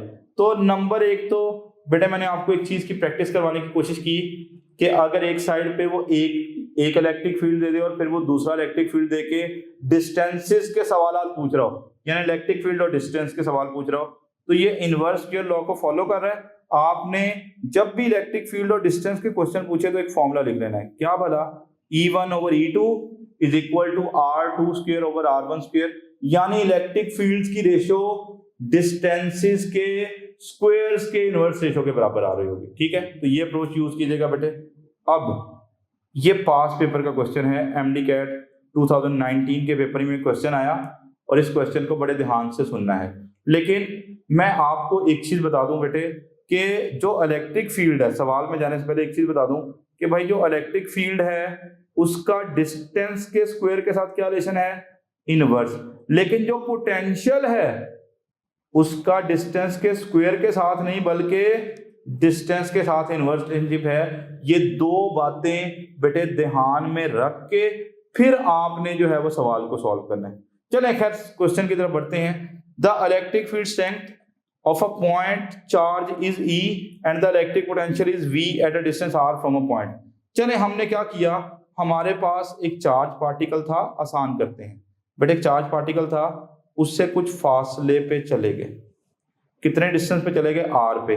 वहां पे एक पॉइंट था, उस पॉइंट पे मैंने दो चीजें मेजर की, एक तो E इलेक्ट्रिक फील्ड की वैल्यू कितनी मिली, E, और दूसरा क्या मेजर किया, पोटेंशियल। बेटे पोटेंशियल की वैल्यू कितनी मिली, V मिली। अब सवाल अगला सुनो, सवाल के अगले पार्ट पे जाओ कि what is the electric potential at a point from the same point charge where electric field is E/4। अब उसने बताया कि भाई इस चार्ज से कुछ फासले पे चले गए, जिस फासले पे गए वहां पर हमें जो है वो नया इलेक्ट्रिक फील्ड जो है वो 4 गुना कम मिला। तो बताओ उस पॉइंट पे पोटेंशियल कितना होगा। सवाल कुछ खास समझ नहीं आया, मैं रिपीट कर रहा हूं बेटे, टाइम लें और सॉल्व करें, पास पेपर का क्वेश्चन है। एक चार्ज था, लेट्स सपोज ये चार्ज Q था, इससे कुछ डिस्टेंस R पे चले गए, वहां पे इलेक्ट्रिक फील्ड कितना मिला, E मिला, और वोल्टेज क्या मिला, V। अब इस चार्ज से किसी और फासले पे चले गए, हमें नहीं पता वो फासला कितना है। जब किसी और फासले पे गए तो हमें नया इलेक्ट्रिक फील्ड मिला, बेटे कितना भला, E/4। बताओ उस नए जगह में पोटेंशियल कितना होगा। पहले तो अक्लमंदी का मुजाहरा करो कि भाई इलेक्ट्रिक फील्ड बड़ा है या कम हुआ है, तो इलेक्ट्रिक फील्ड कम हुआ है। कितने गुना कम हुआ है? 4 टाइम। भाई इलेक्ट्रिक फील्ड का डिस्टेंस के स्क्वायर के साथ क्या रिलेशन है? इनवर्स। अगर इलेक्ट्रिक फील्ड कम हुआ है तो लाजमी तौर पे डिस्टेंस जो है वो बड़ा होगा। चलें मैं सवाल में वापस आता हूं। ये था बेटे चार्ज Q, मान लो इससे कुछ फासले पे थे, कितने पे थे? R पे। हमें इलेक्ट्रिक फील्ड कितना मिला था? E। अब सोच के बताओ, अगर मैं इसी चार्ज से 2r डिस्टेंस पे चला जाऊं तो तब इलेक्ट्रिक फील्ड कितना होगा? तो बेटे हमने ये बात पढ़ी थी कि जो इलेक्ट्रिक फील्ड है वो डिस्टेंस के स्क्वायर के इनवर्सली प्रोपोर्शनल है। अगर मैं डिस्टेंस को 2 गुना बढ़ाऊंगा तो जो इलेक्ट्रिक फील्ड स्ट्रेंथ है वो कितने टाइम कम हो जाएगी? 4 टाइम्स कम हो जाएगी। तो हमें नजर आ रहा है कि अगर पहले डिस्टेंस r था, इलेक्ट्रिक फील्ड E था, अगर मैं डिस्टेंस 2r कर दूं यानी डिस्टेंस को 2 गुना बढ़ा दूं तो इलेक्ट्रिक फील्ड स्ट्रेंथ जो है वो 4 टाइम्स क्या हो जाएगी? कम हो जाएगी। तो हमें ये पता चला बेटे कि इलेक्ट्रिक फील्ड स्ट्रेंथ तभी 4 गुना कम होगा जब डिस्टेंस को 2 गुना बढ़ाएंगे। तो एक चीज तो कंफर्म हो गई कि भाई जो डिस्टेंस है वो डबल हो गया। और जल्दी बताओ, अगर मैं डिस्टेंस को डबल कर दूं तो वोल्टेज पे क्या फर्क पड़ेगा? वोल्टेज का डिस्टेंस के साथ क्या रिलेशन है? इनवर्स। अगर हम डिस्टेंस डबल करेंगे तो बेटे वोल्टेज जो होगा वो 4 टाइम्स कम नहीं होगा बल्कि कितना हो जाएगा? 2 टाइम्स कम हो जाएगा। लिहाजा हमारा राइट आंसर क्या होगा? V/2 होगा। इलेक्ट्रिक फील्ड स्ट्रेंथ में स्टूडेंट्स एक और तरह के क्वेश्चन जो हैं वो आ रहे होते हैं जो कि है जीरो फील्ड स्पॉट के बारे में, और इन क्वेश्चंस को लेकर स्टूडेंट्स के लिए थोड़ा सा परेशानी होती है। तो अभी हम लोग इलेक्ट्रिक फील्ड स्ट्रेंथ में जीरो फील्ड स्पॉट के जो मुख्तलिफ केसेस हैं उनके बारे में बात करने जा रहे हैं। ना सिर्फ आपको कैलकुलेशन सिखाई जाएंगी बल्कि अगर आपको उन स्टिफ कैलकुलेशन से बचना है तो कुछ शॉर्ट ट्रिक्स जो हैं वो भी आपको बताए जा रहे होंगे। तो आपने उन शॉर्ट ट्रिक्स को हमेशा सीखना है और अप्लाई करना है ताकि आपके जीरो फील्ड स्पॉट के क्वेश्चन जो है वो गलत ना हो रहे हो। अच्छा, पहले भाई जीरो फील्ड स्पॉट होता क्या है? जीरो फील्ड स्पॉट के 2 नाम हैं। It is also called zero field spot और another name is neutral zone. अब हम लोग जो जीरो फील्ड स्पॉट के पहले 4 केसेस होंगे वहां पे हम 2-2 चार्जेस की बात कर रहे होंगे कि भाई 2 चार्जेस की वजह से नेट इलेक्ट्रिक फील्ड कितना मिलेगा, ठीक है, या 2 चार्जेस की वजह से कब नेट इलेक्ट्रिक फील्ड 0 मिल रहा होगा। तो स्टूडेंट्स हमने पढ़ा था electric field is a vector quantity. तो 2 वेक्टर्स का रिजल्टेंट कब 0 आएगा? तो बेटे 2 वेक्टर का रिजल्टेंट तभी 0 आएगा जब वो दोनों वेक्टर जो होंगे वो मैग्नीट्यूड में क्या हो जाएंगे? बराबर हो जाएंगे, और डायरेक्शन में क्या हो जाएंगे? ऑपोजिट हो जाएंगे। तो अगर मैं 2 चार्जेस को एक दूसरे के करीब रख लूं और मैं आपसे पूछूं कि इन दोनों चार्जेस की वजह से कहां पर नेट इलेक्ट्रिक फील्ड 0 मिलेगा, तो आप एक ऐसा पॉइंट ढूंढोगे जहां पर दोनों चार्जेस के इलेक्ट्रिक फील्ड मैग्नीट्यूड में क्या हो जाएं? इक्वल हो जाएं, और डायरेक्शन में क्या हो जाएं? ऑपोजिट हो जाएं। तो यानी हमने 2 चार्जेस की वजह से इलेक्ट्रिक फील्ड को 0 करने के लिए 2 जो चीजें हैं वो करनी है। नंबर 1 पे हमने मैग्नीट्यूड्स को बराबर करना है, नंबर 2 पे डायरेक्शन को ऑपोजिट करना है। ओके, अब इसमें ना 2 तरह के केसेस आ रहे होते हैं बेटे। जब भी वो जीरो फील्ड स्पॉट के सवाल पूछेगा तो there are 2 types of cases. पहला केस मैंने हेडिंग लगाई है सिमिलर चार्जेस अगर आ जाए तब वो जीरो फील्ड स्पॉट पूछेगा, और कभी कभार वो ऑपोजिट चार्जेस देके जीरो फील्ड स्पॉट पूछेगा। तो पहले सिमिलर चार्जेस की कहानी देखते हैं बेटे। सिमिलर का मतलब सुनो, दोनों की सेम पोलैरिटी, या दोनों पॉजिटिव या दोनों नेगेटिव। तो अभी जो मैं पॉइंट पुट करने जा रहा हूं दैट इज रियली इंपॉर्टेंट, उसको ध्यान में रखिएगा और फिर अगली स्लाइड्स पे हम जाएंगे। बेटे मैंने आपके सामने 2 पॉजिटिव चार्जेस लिए, अब मैं देखना चाह रहा हूं इन दोनों चार्जेस की वजह से इलेक्ट्रिक फील्ड कहां पे 0 होगा। अच्छा बेटे, पहले ये जो पॉजिटिव चार्ज बना हुआ है ना, ये हरे रंग का ग्रीन कलर वाला जो पॉजिटिव चार्ज है, इसकी इलेक्ट्रिक फील्ड लाइन बना के देखें जरा किधर को बनेगी। हमने पढ़ा था जो पॉजिटिव चार्ज होता है उसकी इलेक्ट्रिक फील्ड लाइन आउटवर्ड होती है। तो बेटे यहां पे मैं राइट साइड पे अगर इसकी इलेक्ट्रिक फील्ड लाइन बनाऊंगा ना तो आपको नजर आ रही है कुछ इधर को बनेगी। ये मैंने किसका इलेक्ट्रिक फील्ड बनाया? इस ग्रीन वाले चार्ज का। भाई मैंने बाहर को क्यों बना रहा हूं? क्योंकि पॉजिटिव चार्ज या इलेक्ट्रिक फील्ड लाइन आउटवर्ड बनेगी। अब लेफ्ट साइड पे बताओ जरा, इस चार्ज के लेफ्ट साइड पे इलेक्ट्रिक फील्ड लाइन किधर बनेगी? तो बड़े पॉजिटिव चार्ज है तो इलेक्ट्रिक फील्ड लाइन जल्दी बोलो किधर बनेगी? आउटवर्ड। तो जब मैं लेफ्ट साइड पे आउटवर्ड बनाऊंगा तो वो डायरेक्शन इधर पे बन रही होगी। ये मैंने जो ग्रीन कलर की लाइन ड्रॉ की है, ये कौन से चार्ज का इलेक्ट्रिक फील्ड है? ग्रीन वाले का। अब बेटे मैं कुछ रेड कलर की लाइंस जो है वो ड्रॉ करने जा रहा हूँ, ध्यान से देखिएगा। अच्छा, अब रेड जो होगा वो कौन सा इलेक्ट्रिक फील्ड होगा? रेड वाले चार्ज का। बताओ ये रेड वाला चार्ज जो है ये भी एक पॉजिटिव चार्ज है। बेटे पॉजिटिव चार्ज की इलेक्ट्रिक फील्ड लाइन किधर होती है? आउटवर्ड। तो अगर यहाँ पे राइट साइड पे आप आउटवर्ड बनाओगे तो ये कुछ इधर को बनेगा, सही है? ठीक है, थोड़ा नीचे बना देते हैं हम लोग। अगर राइट साइड पे आप आउटवर्ड बनाओगे तो बेटे ये आउटवर्ड बना, ये रेड वाले चार्ज का इलेक्ट्रिक फील्ड है। और लेफ्ट साइड पे अगर रेड वाले चार्ज का इलेक्ट्रिक फील्ड बनाओगे तो बेटे मैंने आपको बताया कि इलेक्ट्रिक फील्ड हमेशा पॉजिटिव चार्ज के लिए क्या होता है? अवे फ्रॉम द चार्ज होता है। तो रेड वाले चार्ज का जब लेफ्ट साइड पे इलेक्ट्रिक फील्ड बनाएंगे तो वो इधर को बनेगा। What makes Top Grade Pakistan's most trusted online academy? Top Grade is offering its online preparation to more than 2 lakh students in 150 plus cities with a Google rating of 4.7 out of 5. Top Grade app की help से आप किसी भी physical academy के comparison में 10 times better preparation कर सकते हैं, वो भी 75% लेस फी में। Top Grade has produced more than 4,000 doctors, engineers and IT professionals. Now I will introduce you to our toppers. Meet Ramesh Salman from Islamabad. He has obtained second position in MDK 2022, securing 196 marks out of 200. He is doing his MBBS from Aga Khan University. Meet Radia Waheed from Jehlam. She obtained fourth position in MDK 2022, securing 194 marks out of 200. She is a student of King Edward Medical University. Meet another top grader, Mehroz Ismail from Burewala. She secured fourth position in MDK 2020. She achieved an impressive score of 193 out of 200. She is currently studying at King Edward Medical University. Meet brilliant top grader Muhammad Ali from Sargodha. He secured a seat in NUST, one of the leading universities of Pakistan. अब मैं आपको मिलवाती हूँ माहीन खालिद से, जिनका ताल्लुक आज़ाद कश्मीर से है। She also secured her admission in NUST. You can also be our next topper. So what are you guys waiting for? Visit topgrade.pk and sign up free to get up to 100% scholarship for online preparation of FSC, MDCAT, ECAT, NUST, NUMS, AKU, PIAS, FAST and GK entrance exams. अब बड़ी important कहानी है। अब मुझे देखना है कहाँ electric field zero होगा। बेटे मैंने दो कंडीशन बताई थी, वो जगह जहां पे दो इलेक्ट्रिक फील्ड्स की मैग्नीट्यूड हो जाए बराबर और डायरेक्शन हो जाए ऑपोजिट। इसका मतलब है डायरेक्शन का ऑपोजिट होना कंडीशन है। अगर दो वेक्टर की डायरेक्शन ऑपोजिट ना हो तो वो एक दूसरे को कैंसिल नहीं कर सकते, याद रखिएगा। बेटे अब मैंने एक पॉइंट यहां पे लिया, ये देखो, ये पॉइंट बताओ चार्जेस के बाहर वाली साइड पे या अंदर वाली साइड पे? ये चार्जेस के बाहर है। आप इस पॉइंट पे देखो, जो दोनों के दोनों इलेक्ट्रिक फील्ड्स हैं वो कैसे आ रहे हैं, जल्दी बोलिएगा। They are in the same direction. और बताओ जरा, दो सेम डायरेक्शन में आने वाले वेक्टर्स जो हैं वो कैंसिल कर सकते हैं।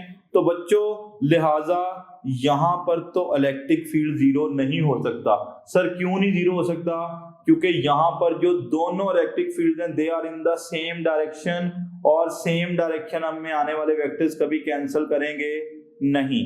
अच्छा अब इस पॉइंट को देखेंगे सारे बच्चे, बताओ ये पॉइंट भी कहां है? चार्जेस की बाहर वाली साइड पे है, ये पॉइंट अंदर नहीं है। यहां भी दोनों इलेक्ट्रिक फील्ड बेटे क्या आ रहे हैं, देखो हरे वाला और रेड वाला, दोनों किस डायरेक्शन में आ रहे हैं? हरी अप सेम डायरेक्शन में। क्या सेम डायरेक्शन में आने वाले वेक्टर्स कभी कैंसिल कर सकते हैं? तो your answer will be no. तो यहां भी इलेक्ट्रिक फील्ड जीरो होएगा नहीं। हाँ चार्जेस के बीच में देखो बेटे, चार्जेस के बीच में देखो, एक हरे वाला इलेक्ट्रिक फील्ड है, एक रेड वाला इलेक्ट्रिक फील्ड है। हरे वाला इलेक्ट्रिक फील्ड आ रहा है टुवर्ड द राइट और जो रेड वाला इलेक्ट्रिक फील्ड आ रहा है वो टुवर्ड द लेफ्ट। यानी ये वो पॉइंट है, यानी बीच में, इन चार्जेस के बीच में, बाहर नहीं, इन चार्जेस के बीच में अगर मैं बात करूं तो जो दोनों इलेक्ट्रिक फील्ड हैं वो किस डायरेक्शन में हैं? ऑपोजिट डायरेक्शन में हैं। और दो ऑपोजिट डायरेक्शन में आने वाले वेक्टर जो हैं वो एक दूसरे को कैंसिल कर सकते हैं। तो पहला पॉइंट माइंड में बिठा लो कि जब भी सिमिलर चार्जेस आ जाएं तो कभी हो नहीं सकता कि इलेक्ट्रिक फील्ड उनके बाहर जीरो हो जाए। कहां पे जीरो होना है? उनके अंदर ही जीरो होना है। सर अंदर वाली साइड पे क्यों जीरो होना है? क्योंकि अंदर वाली साइड वो वह जगह है जहां पे इलेक्ट्रिक फील्ड ऑपोजिट हो रहे हैं, और ऑपोजिट होंगे तो कैंसिल करेंगे, अदरवाइज नहीं करेंगे। तो मैंने एक पॉइंट लिख दिया कि भाई सिमिलर चार्जेस के लिए जो जीरो फील्ड स्पॉट होगा वो कभी भी चार्जेस के बाहर नहीं होगा, हमेशा चार्जेस की अंदर वाली साइड पे होगा। ये पॉइंट माइंड में रख के आगे बढ़ते हैं। ओके बच्चों, मैंने कहा मैंने 5 केसेस डिस्कस करने हैं, जिनमें पहला केस आपके सामने आ रहा है, zero field spot for two similar and equal charges. Word आ गया सिमिलर, आपके फौरी माइंड में आना चाहिए कि जब भी सिमिलर चार्जेस आ जाएं, कभी बाहर वाली साइड पे इलेक्ट्रिक फील्ड जीरो नहीं होना बेटा, किधर होना है, अंदर ही होना है। तो ये मैंने आपके सामने सिमिलर चार्जेस बना लिए, और मुझे इलेक्ट्रिक फील्ड देखना है कहां पर जीरो होगा। बेटा इस पूरी ये जो मैंने येलो कलर की लाइन बनाई है, इसी पे कहीं ना कहीं जीरो होना है, बाहर वाली साइड पे नहीं होना, अंदर ही होना है। तो बच्चों क्या इलेक्ट्रिक फील्ड को मुझे जीरो करना है, तो डेफिनेटली जीरो करना है, और इलेक्ट्रिक फील्ड जीरो तभी होगा जब दोनों इलेक्ट्रिक फील्ड मैग्नीट्यूड में बराबर और डायरेक्शन में ऑपोजिट हो जाएंगे। अच्छा बच्चों समझ लो, ये है चार्ज प्लस क्यू, बड़ी सिंपल स्टोरी। ये है चार्ज, ये भी प्लस क्यू, ठीक है, बल्कि कलर चेंज कर लें ताकि समझने में आसानी रहे। चलो इसको मैं बना लेता हूं बच्चों, लेट्स सपोज इस कलर से, ये है चार्ज प्लस क्यू। बेटे अगर मैं बिल्कुल मिड वाले पॉइंट पे आ जाऊं, बिल्कुल मिड वाले पॉइंट पे आ जाऊं, ठीक है, तो बताओ ये जो चार्ज मैंने, ये चार्ज जो है इसकी वजह से मिड में कोई ना कोई इलेक्ट्रिक फील्ड होगा। चलो मैं कह देता हूं ये वाला डिस्टेंस भी आर है बेटे, ये वाला डिस्टेंस भी आर, ठीक है, मिड वाला पॉइंट दोनों चार्जेस से बराबर फासले पे है। तो बताओ जब मैं बिल्कुल मिड वाले पॉइंट पे आ जाऊंगा तो ये वाले चार्ज की वजह से कितना इलेक्ट्रिक फील्ड होगा बेटे, उसे E1 बोल लेते हैं। कितना होगा बताइएगा, के चार्ज की जगह क्या लिखोगे Q, और डिस्टेंस कितना है R²। तो ये लेफ्ट साइड पे जो चार्ज पड़ा हुआ है ग्रीन कलर का, उसकी वजह से कितना इलेक्ट्रिक फील्ड होगा मैंने लिख लिया। ये इलेक्ट्रिक फील्ड होगा किधर को बेटे, पॉजिटिव चार्ज का इलेक्ट्रिक फील्ड किधर होता है, आउटवर्ड।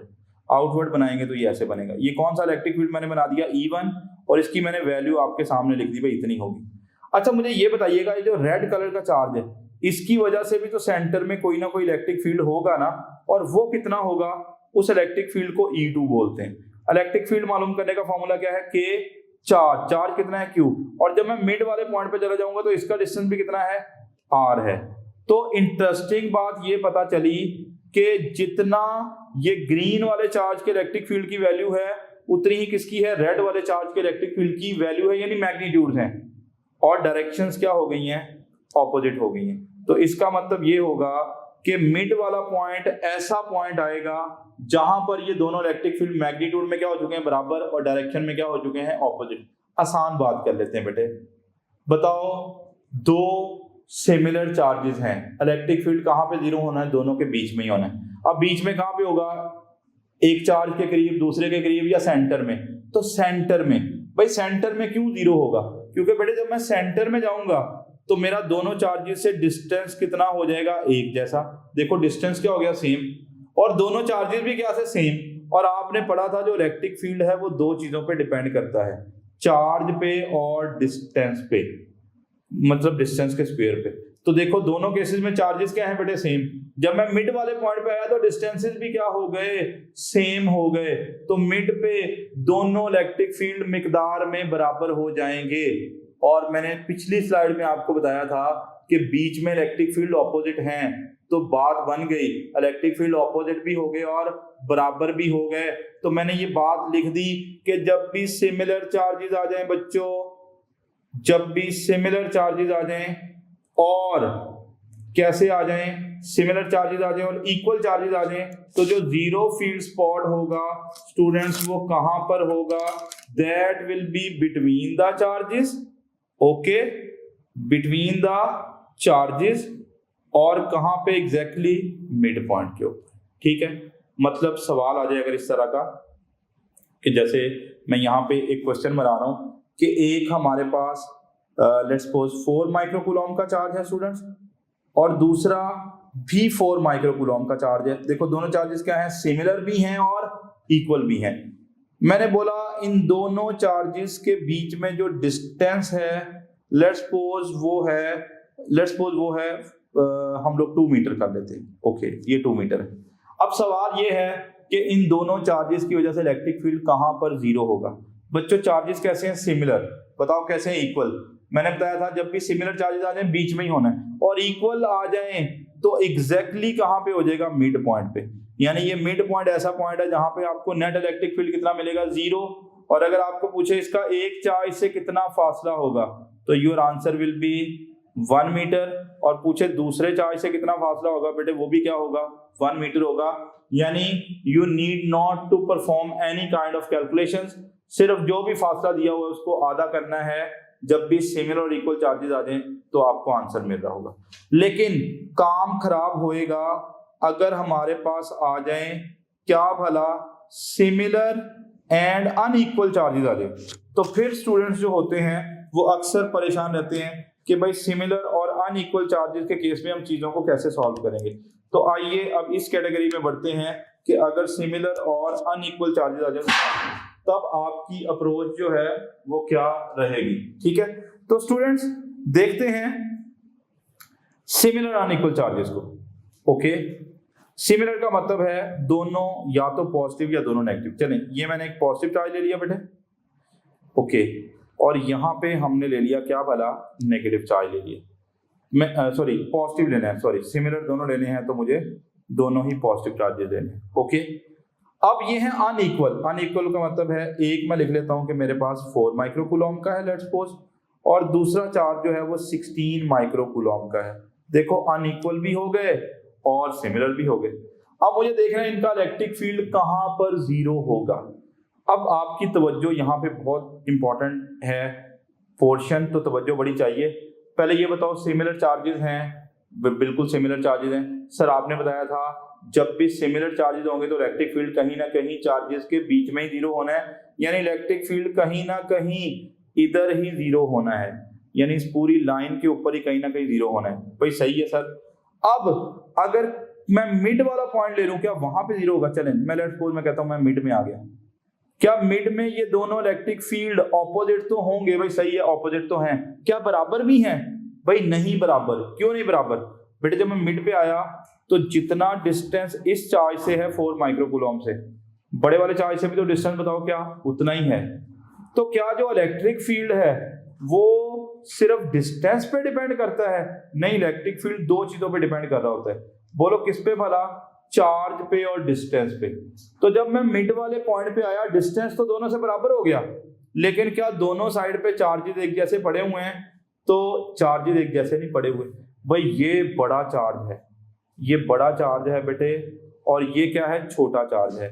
जब मैं मिड वाले पॉइंट पे आऊंगा डिस्टेंसेस तो सेम हो जाएंगे बेटे। अगर डिस्टेंस सेम हो जाएं तो इलेक्ट्रिक फील्ड सिर्फ डिस्टेंस पे नहीं डिपेंड कर रहा, बल्कि एक और फैक्टर पे डिपेंड कर रहा है जिसका नाम है चार्ज। और ये वाला चूंकि बड़े वाला चार्ज है, लिहाजा इसका इलेक्ट्रिक फील्ड क्या होगा? स्ट्रॉन्ग होगा। और ये छोटे वाला चार्ज है, लिहाजा इसका इलेक्ट्रिक फील्ड क्या होगा? वीक होगा। तो मान लो इस बड़े वाले चार्ज के इलेक्ट्रिक फील्ड को मैं येलो कलर से, बल्कि इसको हम लोग पर्पल कलर से डिनोट करते हैं। चलें, ये मैं पर्पल कलर से बना रहा हूं। ये मान लो बड़े वाला जो इलेक्ट्रिक फील्ड है बेटे वो था 100 न्यूटन पर कूलम, मतलब बड़े वाले की वैल्यू, चले मैं बड़े वाले की वैल्यू E2 बोल लेता हूं। कितनी थी? 100। बेटे का छोटे का भी इलेक्ट्रिक फील्ड इस पॉइंट पे इतना होगा? नहीं, छोटे का इलेक्ट्रिक फील्ड कम होगा क्योंकि उसका चार्ज कम है, लिहाजा इलेक्ट्रिक फील्ड कम होगा। इस पॉइंट पे छोटे वाले चार्ज का इलेक्ट्रिक फील्ड मान लो कितना है? 60 न्यूटन पर कूलम है। Okay, well done. अब क्या मुझे इलेक्ट्रिक फील्ड्स को ऑपोजिट करना है? सर ऑपोजिट तो करना है, लेकिन बराबर भी तो करना है ना। अब बराबर करने के लिए देखते हैं क्या होगा। बेटे थोड़ा सा लेफ्ट को जाना शुरू कर दो। आप जैसे ही लेफ्ट को जाओगे ना तो आप इस बड़े वाले चार्ज से दूर जा रहे हो। इस बड़े वाले चार्ज से दूर जाने का मतलब है इसका इलेक्ट्रिक फील्ड कम होता जाएगा। यानी ये जो 100 न्यूटन पर कूलम था, जब आप थोड़ा लेफ्ट को जाओगे ना तो इसकी वैल्यू कम हो जाएगी। मतलब मैं एक पॉइंट यहाँ पे आ गया बेटे, जब मैं इस पॉइंट पे आ गया तो मैं बड़े वाले चार्ज से थोड़ा दूर चला गया। जब बड़े वाले चार्ज से दूर जाऊंगा तो इसका इलेक्ट्रिक फील्ड थोड़ा कम हो जाएगा। इसका इलेक्ट्रिक फील्ड थोड़ा कम हो जाएगा। मान लो पहले 100 था, अब कितना हो गया? 90 हो गया। बताओ ये जो छोटे वाला चार्ज है, जब मैं लेफ्ट को आ रहा हूं तो मैं छोटे वाले चार्ज के करीब आ रहा हूं। छोटे वाले चार्ज के करीब आने का मतलब है छोटे वाले चार्ज का इलेक्ट्रिक फील्ड बढ़ना शुरू हो जाएगा। पहले कितना था? 60। अब मान लो यहाँ पे छोटे वाले चार्ज जो मैं येलो कलर से लिख रहा हूँ, इसका इलेक्ट्रिक फील्ड हो गया 70। अभी भी बराबर नहीं है। थोड़ा और इधर चले जाओ बेटे, थोड़ा और इधर चले जाओ, ये ले एक और पॉइंट आ गया। जब मैं थोड़ा और इधर गया, मैं बड़े वाले चार्ज से और दूर जा रहा हूं बेटे, बड़े वाले चार्ज से और दूर जाने का मतलब है इसका इलेक्ट्रिक फील्ड और भी कम हो जाएगा। तो पहले कितना था, 90 था बड़े वाले चार्ज का। जब आप थोड़ा लेफ्ट पे गए हो, दूर गए हो, तो इलेक्ट्रिक फील्ड और कम होके बड़े वाले चार्ज का इलेक्ट्रिक फील्ड हो गया 80। जब इधर जा रहे हो तो आप छोटे वाले चार्ज के करीब जा रहे हो, और छोटे वाले चार्ज के करीब जाने का मतलब उसका इलेक्ट्रिक फील्ड बढ़ जाएगा। और स्टूडेंट छोटे वाले चार्ज का इलेक्ट्रिक फील्ड जो पहले 70 था, थोड़ा इधर आओगे तो उसका इलेक्ट्रिक फील्ड भी 80 हो जाएगा। यानी हमने देखा, मैंने मिड से शुरू किया, मिड पे ये वाला जो चार्ज था वो बड़ा था, इसका इलेक्ट्रिक फील्ड स्ट्रांग था, और ये वाला चार्ज छोटा था, इसका इलेक्ट्रिक फील्ड वीक था। मैंने क्या किया, थोड़ा लेफ्ट को जाना शुरू कर दिया। लेफ्ट पे जाने का मतलब बड़े वाले चार्ज से दूर जाना शुरू कर दिया। बड़े वाले चार्ज से दूर गया तो उसका इलेक्ट्रिक फील्ड कम होना शुरू हो गया, और छोटे वाले का इलेक्ट्रिक फील्ड क्या होना शुरू हो गया, ज्यादा होना शुरू हो गया। और छोटे वाले चार्ज के करीब जाते जाते एक पॉइंट ऐसा आया जहां पे दोनों इलेक्ट्रिक फील्ड की मैग्नीट्यूड्स क्या हो गई, बराबर हो गई। और ऑपोजिट तो ये है ही है, पहले ही बता दिया था मैंने कि बीच में इलेक्ट्रिक फील्ड ऑपोजिट होते हैं। तो बताओ, जब भी अनइक्वल और सिमिलर चार्जेस आएंगे तो क्या बीच में इलेक्ट्रिक फील्ड जीरो होगा? नहीं, बीच में जीरो होगा नहीं बच्चों। कहां पे होगा? छोटे वाले चार्ज के करीब जीरो होगा। तो मैंने यहां पे पॉइंट लिख दिया कि for two similar and unequal charges the zero field spot will be between the charges but closer to the smaller charge. Mid वाले पॉइंट पे नहीं जीरो होगा, छोटे वाले चार्ज के करीब जीरो होगा। अब फिर सवाल आते हैं कि सर एग्जैक्ट डिस्टेंस बताओ कि छोटे चार्ज से कितने डिस्टेंस पे होगा और बड़े वाले पे कितना होगा डिस्टेंस होगा। तो वो हम अगली स्लाइड में सीखते हैं, लेकिन फिलहाल ये सीखो कि छोटे वाले के करीब जीरो होना। अच्छा, अब स्टूडेंट्स हम लोग एग्जांपल लेते हैं कि अगर हमें एग्जैक्ट कैलकुलेशंस करना पड़ जाए कि भाई छोटे वाले चार्ज के करीब तो होगा जीरो, बट कितने डिस्टेंस पे होगा, वो डिस्टेंस अगर कैलकुलेट करना पड़ जाए तो सर उसका कोई फॉर्मूला भी है। तो आइए फॉर्मूला ड्राइव करते हैं। लेट्स सपोज बेटे मेरे पास दो चार्जेस हैं। My name is Dr. Muazzam Manzoor. Medicine is my profession and teaching is my passion. Teaching का काम मैं शौक से करता हूँ। आज से 7 साल पहले मैंने ये रियलाइज किया कि जो बच्चे FSC, ICS और डिफरेंट एंट्री टेस्टों की तैयारी करते हैं उन्हें बहुत सारे मसाइल का सामना है। जैसे कि बहुत सारे स्टूडेंट्स एकेडमी जा ही नहीं सकते अपने एग्जाम्स की तैयारी के लिए, और जो एकेडमी में जाते भी हैं उन्हें फिर बहुत सारे मसाइल को फेस करना पड़ता है, जैसे कि एकेडमी की भारी फीसें, जाने आने का एक्सपेंस, इसके अलावा बेतहाशा टाइम का वेस्टेज, एक्स्ट्रा बहुत सारी कॉस्ट, बुक्स एंड नोट्स वगैरह की। सो इन सारे मसाइल को मद्देनजर रखते हुए मैंने एक सोल्यूशन डिवाइस किया बैक इन 2017, और उसको मैंने नाम दिया टॉप ग्रेड ऑनलाइन एकेडमी का।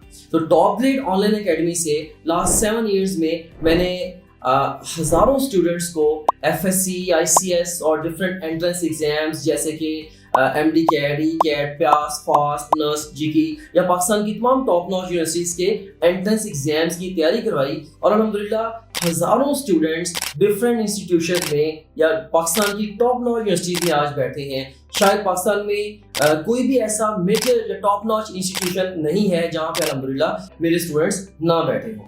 So top grade it really worked. Top grade ने वाकई ये 7 साल काम करके मुझे रियलाइजेशन हुई कि बहुत सारे स्टूडेंट्स के प्रॉब्लम्स जो कि अनसॉल्व थे टॉप ग्रेड से पहले, उन्हें जेन्युइनली सॉल्व किया है। अगर आप भी चाहते हैं कि आप भी अपनी ड्रीम यूनिवर्सिटी में दाखिला ले सकें और आप भी हमारे हजारों स्टूडेंट्स की कम्युनिटी के अंदर शामिल हो सकें, तो अभी टॉप ग्रेड ऐप डाउनलोड करें या हमारी वेबसाइट विजिट करें। एक मैंने यहाँ पे ले लिया जिसको मैं कहूँगा 4 माइक्रोकूलम का चार्ज, जिसको मैं येलो कलर से बना रहा हूँ। बेटा ये स्मॉलर चार्ज है, ठीक है, मैं इसका नाम QS लिखूंगा कि ये स्मॉलर चार्ज है। और एक चार्ज मैंने लिया 16 माइक्रोकूलम का, और 16 माइक्रोकूलम वाला डेफिनेटली उसके मुकाबले में लार्जर चार्ज है, तो एक मैंने लार्जर चार्ज रख लिया। और इनके बीच में कोई ना कोई डिस्टेंस भी है, और मैं आगे चल के हमारे जितने भी फॉर्मूले आ रहे होंगे उसमें दोनों चार्जेस के बीच में डिस्टेंस को मैं R से डिनोट कर रहा हूँ, ठीक है। तो लेट्स सपोज यहाँ पे मैंने कह दिया कि दोनों चार्जेस के बीच में जो डिस्टेंस बन रहा है बेटे वो कितना बन रहा है, R बन रहा है। अब मेरा सवाल है इलेक्ट्रिक फील्ड कहाँ पर जीरो होगा। हम अभी पिछली स्लाइड पे देख के आए कि जब भी सिमिलर चार्जेस आ जाए, देखो एक पॉजिटिव है दूसरा भी पॉजिटिव है, और सिमिलर चार्जेस आ जाए तो इलेक्ट्रिक फील्ड कहाँ पे जीरो होना है, चार्जेस के बीच में, और अनइक्वल आ जाए तो कहां पर जीरो होना है, छोटे वाले चार्ज के करीब। तो ये बेटे एक पॉइंट मैंने बना लिया जिसका नाम मैंने क्या रख दिया, पी रख दिया। ये पी पॉइंट कहां पर मौजूद है, छोटे वाले चार्ज के करीब मौजूद है। ये पी पॉइंट वो पॉइंट है जहां पर इलेक्ट्रिक फील्ड ने क्या हो जाना है, जीरो हो जाना है। एक लम्हे के लिए अज्यूम करें कि जो पॉइंट पी है इसका जो छोटे वाले चार्ज से डिस्टेंस है उसको मैं किससे डिनोट कर रहा हूं, एक्स से। बीच का टोटल डिस्टेंस कितना था बेटे, आर।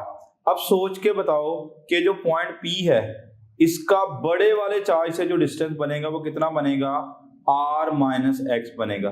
सर वो कैसे पता चला, बेटे टोटल डिस्टेंस r था, ये डिस्टेंस कितना बन गया, x बन गया, तो ये कितना बनेगा, वो r माइनस एक्स ही बनेगा। अब मुझे एक चीज पता है, मुझे ज्यादा नहीं पता, मुझे इतना पता है कि इस पॉइंट P के ऊपर नेट इलेक्ट्रिक फील्ड कितना मिल रहा है, जीरो मिल रहा है। बताओ नेट इलेक्ट्रिक फील्ड कब जीरो होना है, जब यहां पर दोनों चार्जेस के इलेक्ट्रिक फील्ड की मैग्नीट्यूड्स क्या हो जाएंगी, सेम हो जाएंगी। यानी मुझे एक चीज पता है कि पॉइंट P के ऊपर मुझे दोनों के इलेक्ट्रिक फील्ड की मैग्नीट्यूड्स को सेम करना है। यानी स्मॉलर चार्ज का इलेक्ट्रिक फील्ड और लार्जर चार्ज का इलेक्ट्रिक फील्ड क्या हो जाएंगे, यहाँ पे सेम हो जाएंगे। मैंने तभी बताया था कि भाई सेम होंगे और ऑपोजिट होंगे तभी तो कैंसिल करेंगे, तो सेम हो जाएंगे। बताओ स्मॉलर चार्ज का इलेक्ट्रिक फील्ड कैसे लिखोगे, के क्यू क्या लिखोगे, स्मॉलर, और नीचे होता है आर स्क्वायर, आर होता है डिस्टेंस का स्क्वायर।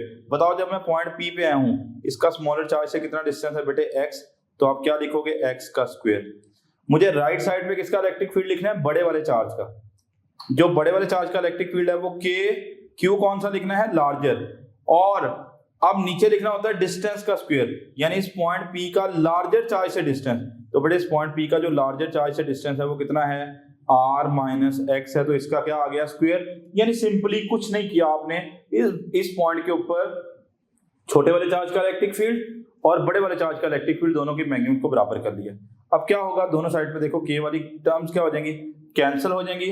तो you will be having a shortcut expression q smaller over x का स्क्वायर, q लार्जर ओवर क्या होगा, r माइनस एक्स का स्क्वायर। आपने ये फॉर्मूला याद कर लेना है। इस फॉर्मूले में सिर्फ दो चीजें आपको पुट करनी है, क्या भला, कि छोटा चार्ज कितना है और बड़ा चार्ज कितना है उसकी वैल्यू, और दूसरा हमें चाहिए बेटे r की वैल्यू। r क्या होगा, मैंने बताया r वो होगा जितना दोनों चार्जेस के बीच में उसने डिस्टेंस बता रखा है। तो r के बारे में याद कर लें, आपने पुट कर देना है क्या भला, जितना उसने डिस्टेंस बता रखा है बिटवीन क्या भला, चार्जेस। जब आप चार्जेस की और r की वैल्यू पुट करोगे ना तो यहां से हमारे पास x की वैल्यू निकल आएगी, और ये x क्या बता रहा होगा, ये x बता रहा होगा उस पॉइंट का डिस्टेंस कहां से भला, स्मॉलर चार्ज से। तो ये x क्या बताएगा, ये बताएगा कि उस पॉइंट का कितना डिस्टेंस है फ्रॉम बेटे कहां से भला, स्मॉलर चार्ज से।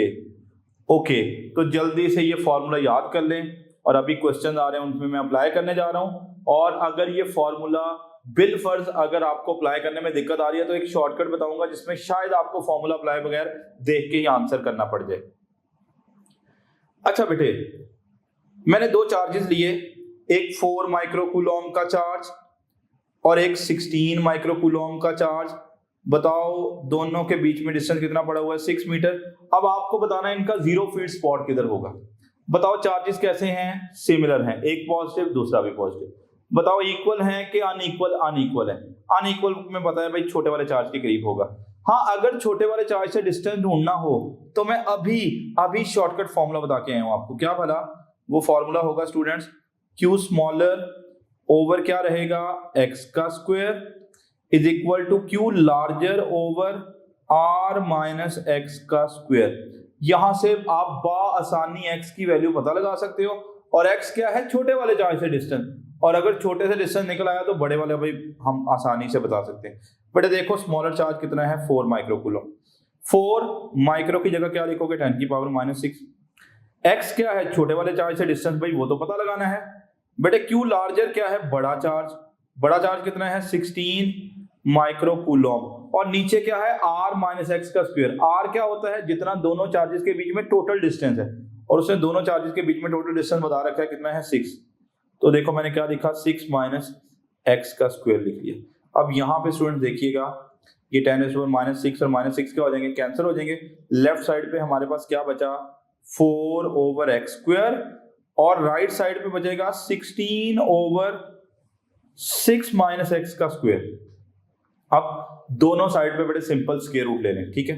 तो जैसे ही आप स्क्वायर रूट लोगे दोनों साइड पे, तो स्टूडेंट जो नया हमारे पास आएगा, बताओ 4 का स्क्वायर रूट कितना आ जाएगा 2, x का स्क्वायर और स्क्वायर रूट क्या हो जाएगा कैंसिल। बताओ 16 का स्क्वायर रूट कितना आएगा 4, और नीचे x का स्क्वायर, नीचे वाले फैक्टर का स्क्वायर और स्क्वायर रूट क्या हो जाएंगे, कैंसिल हो जाएंगे। अब आपको करना क्या है, क्रॉस मल्टीप्लीकेशन करनी है। क्रॉस मल्टीप्लाई करें, 6 को 2 से मल्टीप्लाई करें 12, माइनस कितना आ गया बेटे 2x इज इक्वल टू क्या आ गया 4x। ऐसा करो 2x को दूसरी साइड पे ले जाओ, तो 12 is equal to 4x plus 2x, कितना बना 6x। तो आपने x की वैल्यू कैलकुलेट कर ली, बताओ कितनी आ गई 2 मीटर। और मैंने आपको बार बार बताया कि x क्या चीज होगा, स्मॉलर चार्ज से डिस्टेंस। यानी था क्या, एक चार्ज 4 माइक्रोकूलम का था, दूसरा चार्ज 16 माइक्रोकूलम का था, दोनों के बीच का फासला कितना था 6 मीटर था। अब बताओ इनका जीरो फील्ड स्पॉट किधर होगा। आपने कहा सर छोटे वाले चार्ज के करीब होगा, मैंने कहा कितने फासले पे होगा, आपने शॉर्टकट फॉर्मूला यूज किया q स्मॉलर ओवर x का square is equal to q larger over r minus x का स्क्वायर। स्मॉलर चार्ज भी दिया हुआ था, लार्जर चार्ज भी दिया हुआ था, बीच का डिस्टेंस भी बताया हुआ था, पुट करके x की वैल्यू पता लगा दी, कितनी आई 2 मीटर। इसका मतलब ये हुआ कि छोटे वाले चार्ज से ये कितने फासले पे पॉइंट होगा बेटे 2 मीटर पे। अगर एग्जामिनर बोले बड़े से कितना फासला होगा, तो बेटे टोटल डिस्टेंस बताओ कितना था 6 मीटर, हम 2 मीटर तो इधर आ गए, तो पीछे कितना फासला बचा, ये वाला जो डिस्टेंस बचेगा बेटे definitely that will be the 4 metre. तो छोटे वाले चार्ज से कितना फासला बना 2 मीटर, और बड़े से कितना बनेगा बेटे 4 मीटर बनेगा। तो आइए ऑप्शंस की तरफ बढ़ते हैं, और जब तक आप सारे ऑप्शन ना ले लो मेरा बेटा आपने आंसर नहीं करना। Between the charges 2 metre from the smaller charge, बिल्कुल सही है बेटे। देखो हमारा स्मॉलर चार्ज से डिस्टेंस कितना आया 2 मीटर, फिलहाल ऑप्शन अल्फा सही लग रहा है, लेकिन सारे ऑप्शन पढ़ने। Between the charges 2 metre from the larger charge, नहीं, लार्जर चार्ज से 2 मीटर नहीं आया, स्मॉलर से 2 मीटर आया है, तो ये वाला ऑप्शन ठीक नहीं है। Charlie, between the charges 4 metre from, कहां से भला लार्जर चार्ज से, बोला चार्जेस के बीच में ही होगा, लेकिन लार्जर चार्ज से कितना बनेगा फासला बेटे 4 मीटर बनेगा, तो ये भी सही हो गया। तो फिर दो ऑप्शन सही बन रहे हैं, ए बी और सी बी, दोनों को एक में ही आप ले आए, तो राइट ऑप्शन हमारा कौन सा बनेगा, बोथ ए एंड सी। तो देखें जो फॉर्मूला मैंने आपको बताया आपने वो फॉर्मूला अप्लाई भी किया, q स्मॉलर ओवर x का square is equal to q larger over r minus x का स्क्वायर। लेकिन स्टूडेंट्स मैंने आपको बताया कि मैं आपको ट्रिक बताऊंगा जिससे आपको, अगर आपने ये ट्रिक सीख लिया तो आप बिना फॉर्मूला यूज किए ही आंसर कर सकते हो। आइए वो ट्रिक सीखते हैं और सवाल के अंदर अप्लाई करते हैं। कहानी वही आ गई कि भाई वही चार्जेस हैं बार बार आ रहे हैं भाई। एक 4 माइक्रोकूलम का चार्ज है बेटे, ध्यान से सुनिएगा, और दूसरा है 16 माइक्रोकूलम का चार्ज। भाई ठीक है, दोनों के बीच में उसने डिस्टेंस बता रखा, हाउ माई दैट इज, जिसको हम यूजुअली आर से डिनोट करते हैं बेटे, कितना है 3 मीटर। सवाल पढ़ो दिया हुआ है। अब सवाल ये है कि जीरो फील्ड स्पॉट किधर होगा, बताओ चार्जेस कैसे हैं, सिमिलर, ठीक है, बीच में ही होना, इक्वल के अनइक्वल, इक्वल होते तो मिड में हो जाता, अब इक्वल नहीं है अनइक्वल है, तो कहां पे जीरो होगा बेटे, छोटे वाले चार्ज के करीब जीरो होगा, मतलब छोटे वाले चार्ज के करीब। ये वो पॉइंट है जहां पे इलेक्ट्रिक फील्ड की वैल्यू बेटे क्या आएगी, जीरो, छोटे वाले चार्ज के करीब। अच्छा बच्चों, मैंने कहा फॉर्मूला नहीं अप्लाई करना, आपने वैसे आंसर करना। बताओ अगर मैं बिल्कुल मिड में आ जाऊं तो बड़े वाले चार्ज से फासला कितना हो जाएगा, बोलिएगा 1.5 मीटर, और छोटे से कितना हो जाएगा 1.5 मीटर। सर वो कैसे, टोटल बेटे 3 मीटर था, तो जब मैं मिड में आऊंगा तो आधा आधा फासला मैं कवर कर चुका हूं, ठीक है। अब बताओ मुझे किधर को जाना है, लेफ्ट की तरफ जाना है। जब मैं लेफ्ट की तरफ जाऊंगा मतलब इस साइड को आना है, जब मैं इस साइड को आऊंगा तो बड़े वाले चार्ज से जो डिस्टेंस है वो 1.5 मीटर से ज्यादा बनेगा। तो इसका मतलब है इस सवाल में मुझे क्लियरली समझ आ रहा है कि जो डिस्टेंस लार्जर चार्ज से बनना है वो कितना है, 1.5 मीटर से ज्यादा, क्योंकि मुझे बड़े वाले चार्ज से दूर जाना है तो मैं मिड से थोड़ा लेफ्ट की तरफ जाऊंगा। जब मिड से लेफ्ट की तरफ जाऊंगा डिस्टेंस 1.5 मीटर से ज्यादा हो जाएगा। मिड तक 1.5 मीटर था। बताओ जब मैं लेफ्ट की तरफ जा रहा हूं तो मैं छोटे वाले चार्ज के करीब आई जा रहा हूं, तो बेटे मैं छोटे वाले चार्ज के करीब आऊंगा तो ये फासला 1.5 मीटर से ज्यादा बनेगा कि कम बनेगा? तो डेफिनेटली मिड से इधर आ गए हैं, तो जब मिड से इधर आ गए तो डिस्टेंस 1.5 मीटर से कम बनेगा, यानी जो स्मॉलर चार्ज से डिस्टेंस है बेटे वो 1.5 मीटर से क्या आना है? कम आना है। अब आइए आंसर्स पे चलते हैं। पहले ऑप्शन अल्फा को देखें, उसने बोला between the charges 2 metre from the smaller charge, 2 metre from the smaller charge. मैंने अभी आपके सामने लिखा स्मॉलर चार्ज से फासला 1.5 मीटर से कम आना चाहिए। क्या 2 मीटर जो है वो 1.5 मीटर से कम है? भाई नहीं है, गलत answer. Between the charges 1 metre from the larger charge. बेटे अभी मैंने आपको बताया कि लार्जर चार्ज से जो फासला है वो 1.5 मीटर से ज्यादा होना चाहिए, ये तो क्या बोल रहा है 1 मीटर, ये भी गलत। Between the charges 2 metre from the larger charge. शाबाश, हमने कहानी चलाई कि भाई जो लार्जर चार्ज से डिस्टेंस है वो 1.5 मीटर से क्या होना चाहिए? ज्यादा। वो कितना बोल रहा है 2 मीटर, तो भाई 1.5 मीटर से ज्यादा ही हुआ ना, लिहाजा ये हमारा क्या हो गया? सही ऑप्शन। तो क्या बोथ ए एंड बी ठीक है? नहीं, वो तो गलत ऑप्शन थे। तो हमारा राइट ऑप्शन बच्चों कौन सा आ गया? चार्ली आ गया। तो देखें आप बिना फॉर्मूला यूज किए भी आप देख के भी आंसर कर सकते हो जीरो फील्ड स्पॉट का। तो अभी तक तो मैंने सिमिलर की कहानी बता दी, लेकिन कभी कभार ऐसा होगा कि सिमिलर चार्जेस नहीं आएंगे बच्चों, ऑपोजिट चार्जेस आ जाएंगे। अभी तक हम बात कर रहे थे एक पॉजिटिव दूसरा भी पॉजिटिव, लेकिन अगर एक पॉजिटिव आ जाए एक नेगेटिव आ जाए फिर क्या होगा? फिर जीरो फील्ड स्पॉट कैसे ढूंढोगे? आइए बात करते हैं। बटे मैंने आपके सामने 2 चार्जेस बना रखे हैं, एक नेगेटिव चार्ज जो रेड कलर में है, यहाँ पे आपको नजर आ रहा है, ठीक है, ये एक नेगेटिव चार्ज है, और दूसरा बेटे ये ऑरेंज कलर में एक हमारे पास कौन सा नजर आ रहा है? Positive charge. अब हमें देखना है इलेक्ट्रिक फील्ड कहाँ पे जीरो होगा। बताओ पॉजिटिव चार्ज की इलेक्ट्रिक फील्ड लाइंस किधर होती हैं? आउटवर्ड। बनाओ जरा आउटवर्ड। पॉजिटिव चार्ज की इलेक्ट्रिक फील्ड लाइन बच्चों हमें किधर बनानी है? आउटवर्ड। ये ले, यहां पे बनाऊंगा मैं राइट साइड पे, तो आउटवर्ड कुछ इधर को बनेगा, नजर आ रहा है? Okay good. और जब लेफ्ट साइड पे आप आउटवर्ड बनाएंगे तो इधर को बनेगा। तो आप एक काम करो, ये जो ऑरेंज वाला चार्ज है इसकी इलेक्ट्रिक फील्ड लाइन बनाओ। बताओ कैसा चार्ज है? पॉजिटिव, तो इलेक्ट्रिक फील्ड लाइन किधर बननी है? आउटवर्ड। ओके, अब बताओ ये जो रेड कलर वाला चार्ज है बच्चों ये कैसा है? Hurry up, negative. नेगेटिव की इलेक्ट्रिक फील्ड लाइन किधर होती है? इनवर्ड। मैं इसकी इलेक्ट्रिक फील्ड लाइन को ये लाइट ब्लू से कलर से बनाऊंगा, रेड वाले की। बताओ रेड कैसा चार्ज है? नेगेटिव। नेगेटिव की इलेक्ट्रिक फील्ड लाइन किधर होनी है? इनवर्ड। बेटा इनवर्ड बनाओ जरा, ये लो बन गई इनवर्ड।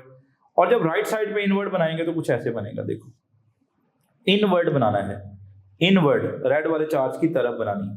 तो नीचे मैंने जो लाइट ब्लू कलर से लिखा ये रेड चार्ज का इलेक्ट्रिक फील्ड है, और ऊपर जो येलो कलर से लिखा बेटा ये कौन सा है? वो पॉजिटिव वाला यानी येलो वाले चार्ज का इलेक्ट्रिक फील्ड है। अच्छा अब मुझे इलेक्ट्रिक फील्ड को क्या करना है? जीरो। मैंने कहा था इलेक्ट्रिक फील्ड तभी जीरो होगा जब 2 इलेक्ट्रिक फील्ड मैग्नीट्यूड में क्या हो जाएंगे? बराबर, और डायरेक्शन में ऑपोजिट होंगे। ओके, तो बेटे आप पहले बीच वाले रीजन को देखो, दोनों चार्जेस के बीच में देखो, येलो वाला इलेक्ट्रिक फील्ड और ब्लू वाला electric field they are in the same direction. क्या 2 सेम डायरेक्शन में आने वाले वेक्टर कभी एक दूसरे को कैंसल करेंगे? तो your answer will be no. तो एक बात सुन लो बच्चों कि जब भी ऑपोजिट चार्जेस आ जाए तो एक बात लोहे पे लकीर है कि भाई उन चार्जेस के बीच में इलेक्ट्रिक फील्ड जीरो हो नहीं सकता। फिर सर कहां पे होगा? बेटे देखो मैंने चार्जेस की बाहर वाली साइड पे देखा, बेटे चार्जेस के बाहर आके देखा तो दोनों इलेक्ट्रिक फील्ड एक दूसरे के ऑपोजिट हैं। बेटे ऑपोजिट वेक्टर्स कैंसिल कर सकते हैं, इसका मतलब बाहर वाली साइड पे कैंसिल हो सकते हैं। यहां भी देखो दोनों चार्जेस के जब मैं बाहर आया तो बेटे पता चला यहां पे दोनों इलेक्ट्रिक फील्ड क्या हैं? ऑपोजिट डायरेक्शन में हैं। अगर आपके एफएससी में मार्क्स अच्छे हैं और आपने हमारे वीडियो लेक्चर्स की हेल्प से अपने कॉन्सेप्ट्स को बिल्ड किया और प्लेएबल स्लाइड्स की हेल्प से रिवीजन की और हमारे क्वेश्चन बैंक में मौजूद 30,000 से ज्यादा क्वेश्चंस को सॉल्व किया और अपनी गलतियों से सीखा, तो आपकी ड्रीम यूनिवर्सिटी में आपके ड्रीम कोर्स में आपकी सीट 100% सिक्योर है। So what are you guys waiting for? Visit topgrade.pk and sign up free to get up to 100% scholarship for online preparation of FSC, MDCAT, ECAT, NUST, NUMS, AKU, PAS, FAST and GK entrance exams. और दो opposite direction वाले electric field एक दूसरे को cancel कर सकते हैं, तो यहां भी हो सकता है। तो क्या ऑपोजिट चार्जेस आएंगे तो इलेक्ट्रिक फील्ड चार्जेस के बीच में जीरो होगा? नहीं नहीं नहीं सर, चार्जेस की बाहर वाली साइड पे, सिमिलर के केस में बीच में, लेकिन ऑपोजिट के केस में बाहर वाली साइड पे। तो मैंने पॉइंट लिख दिया कि जब जब ऑपोजिट चार्जेस आएंगे, जो जीरो फील्ड स्पॉट होगा वो कहां पे लाई करेगा? आउटसाइड। सर आउटसाइड किधर, राइट पे या लेफ्ट पे? वो आगे की कहानी है, लेकिन बीच में जीरो नहीं होना बच्चों, कहां पे होना? बाहर वाली साइड पे जीरो होना है। ठीक है, अच्छा अब इसमें भी कुछ दो अलग अलग केसेस लेते हैं। ठीक है, जैसे एक केस अभी आपकी स्क्रीन पे आ रहा है कि अगर आ जाए बच्चों जीरो फील्ड स्पॉट, पूछ ले किसका भला? दो ऑपोजिट और अनइक्वल। पहले मैं अनइक्वल का बता दूं क्योंकि मैं ऊपर भी अनइक्वल का ही बता के है। ठीक है, लेट्स सपोज मैं कहता हूं मेरे पास एक चार्ज है बेटे, लेट्स सपोज एक चार्ज है 16 माइक्रोकूलम का और एक चार्ज है बच्चों -4 माइक्रोकूलम का। ओके, पहले कहानी बना लें और फिर शॉर्टकट फॉर्मूला डेवलप करेंगे और फिर शॉर्टकट फॉर्मूले के बगैर हम देख के भी आंसर करना सीखेंगे इंशाल्लाह। ओके बच्चों, ये दोनों आगे ऑपोजिट चार्जेस। बताओ इलेक्ट्रिक फील्ड कहां पे जीरो होना है? बाहर। बाहर कहां पे? या तो इस साइड पे जीरो होना है बेटे, ये वाले पॉइंट पे, यहां पे जीरो होगा, या बेटे इस जगह पे जीरो होगा। सर कहां पे होगा एग्जैक्ट बताओ?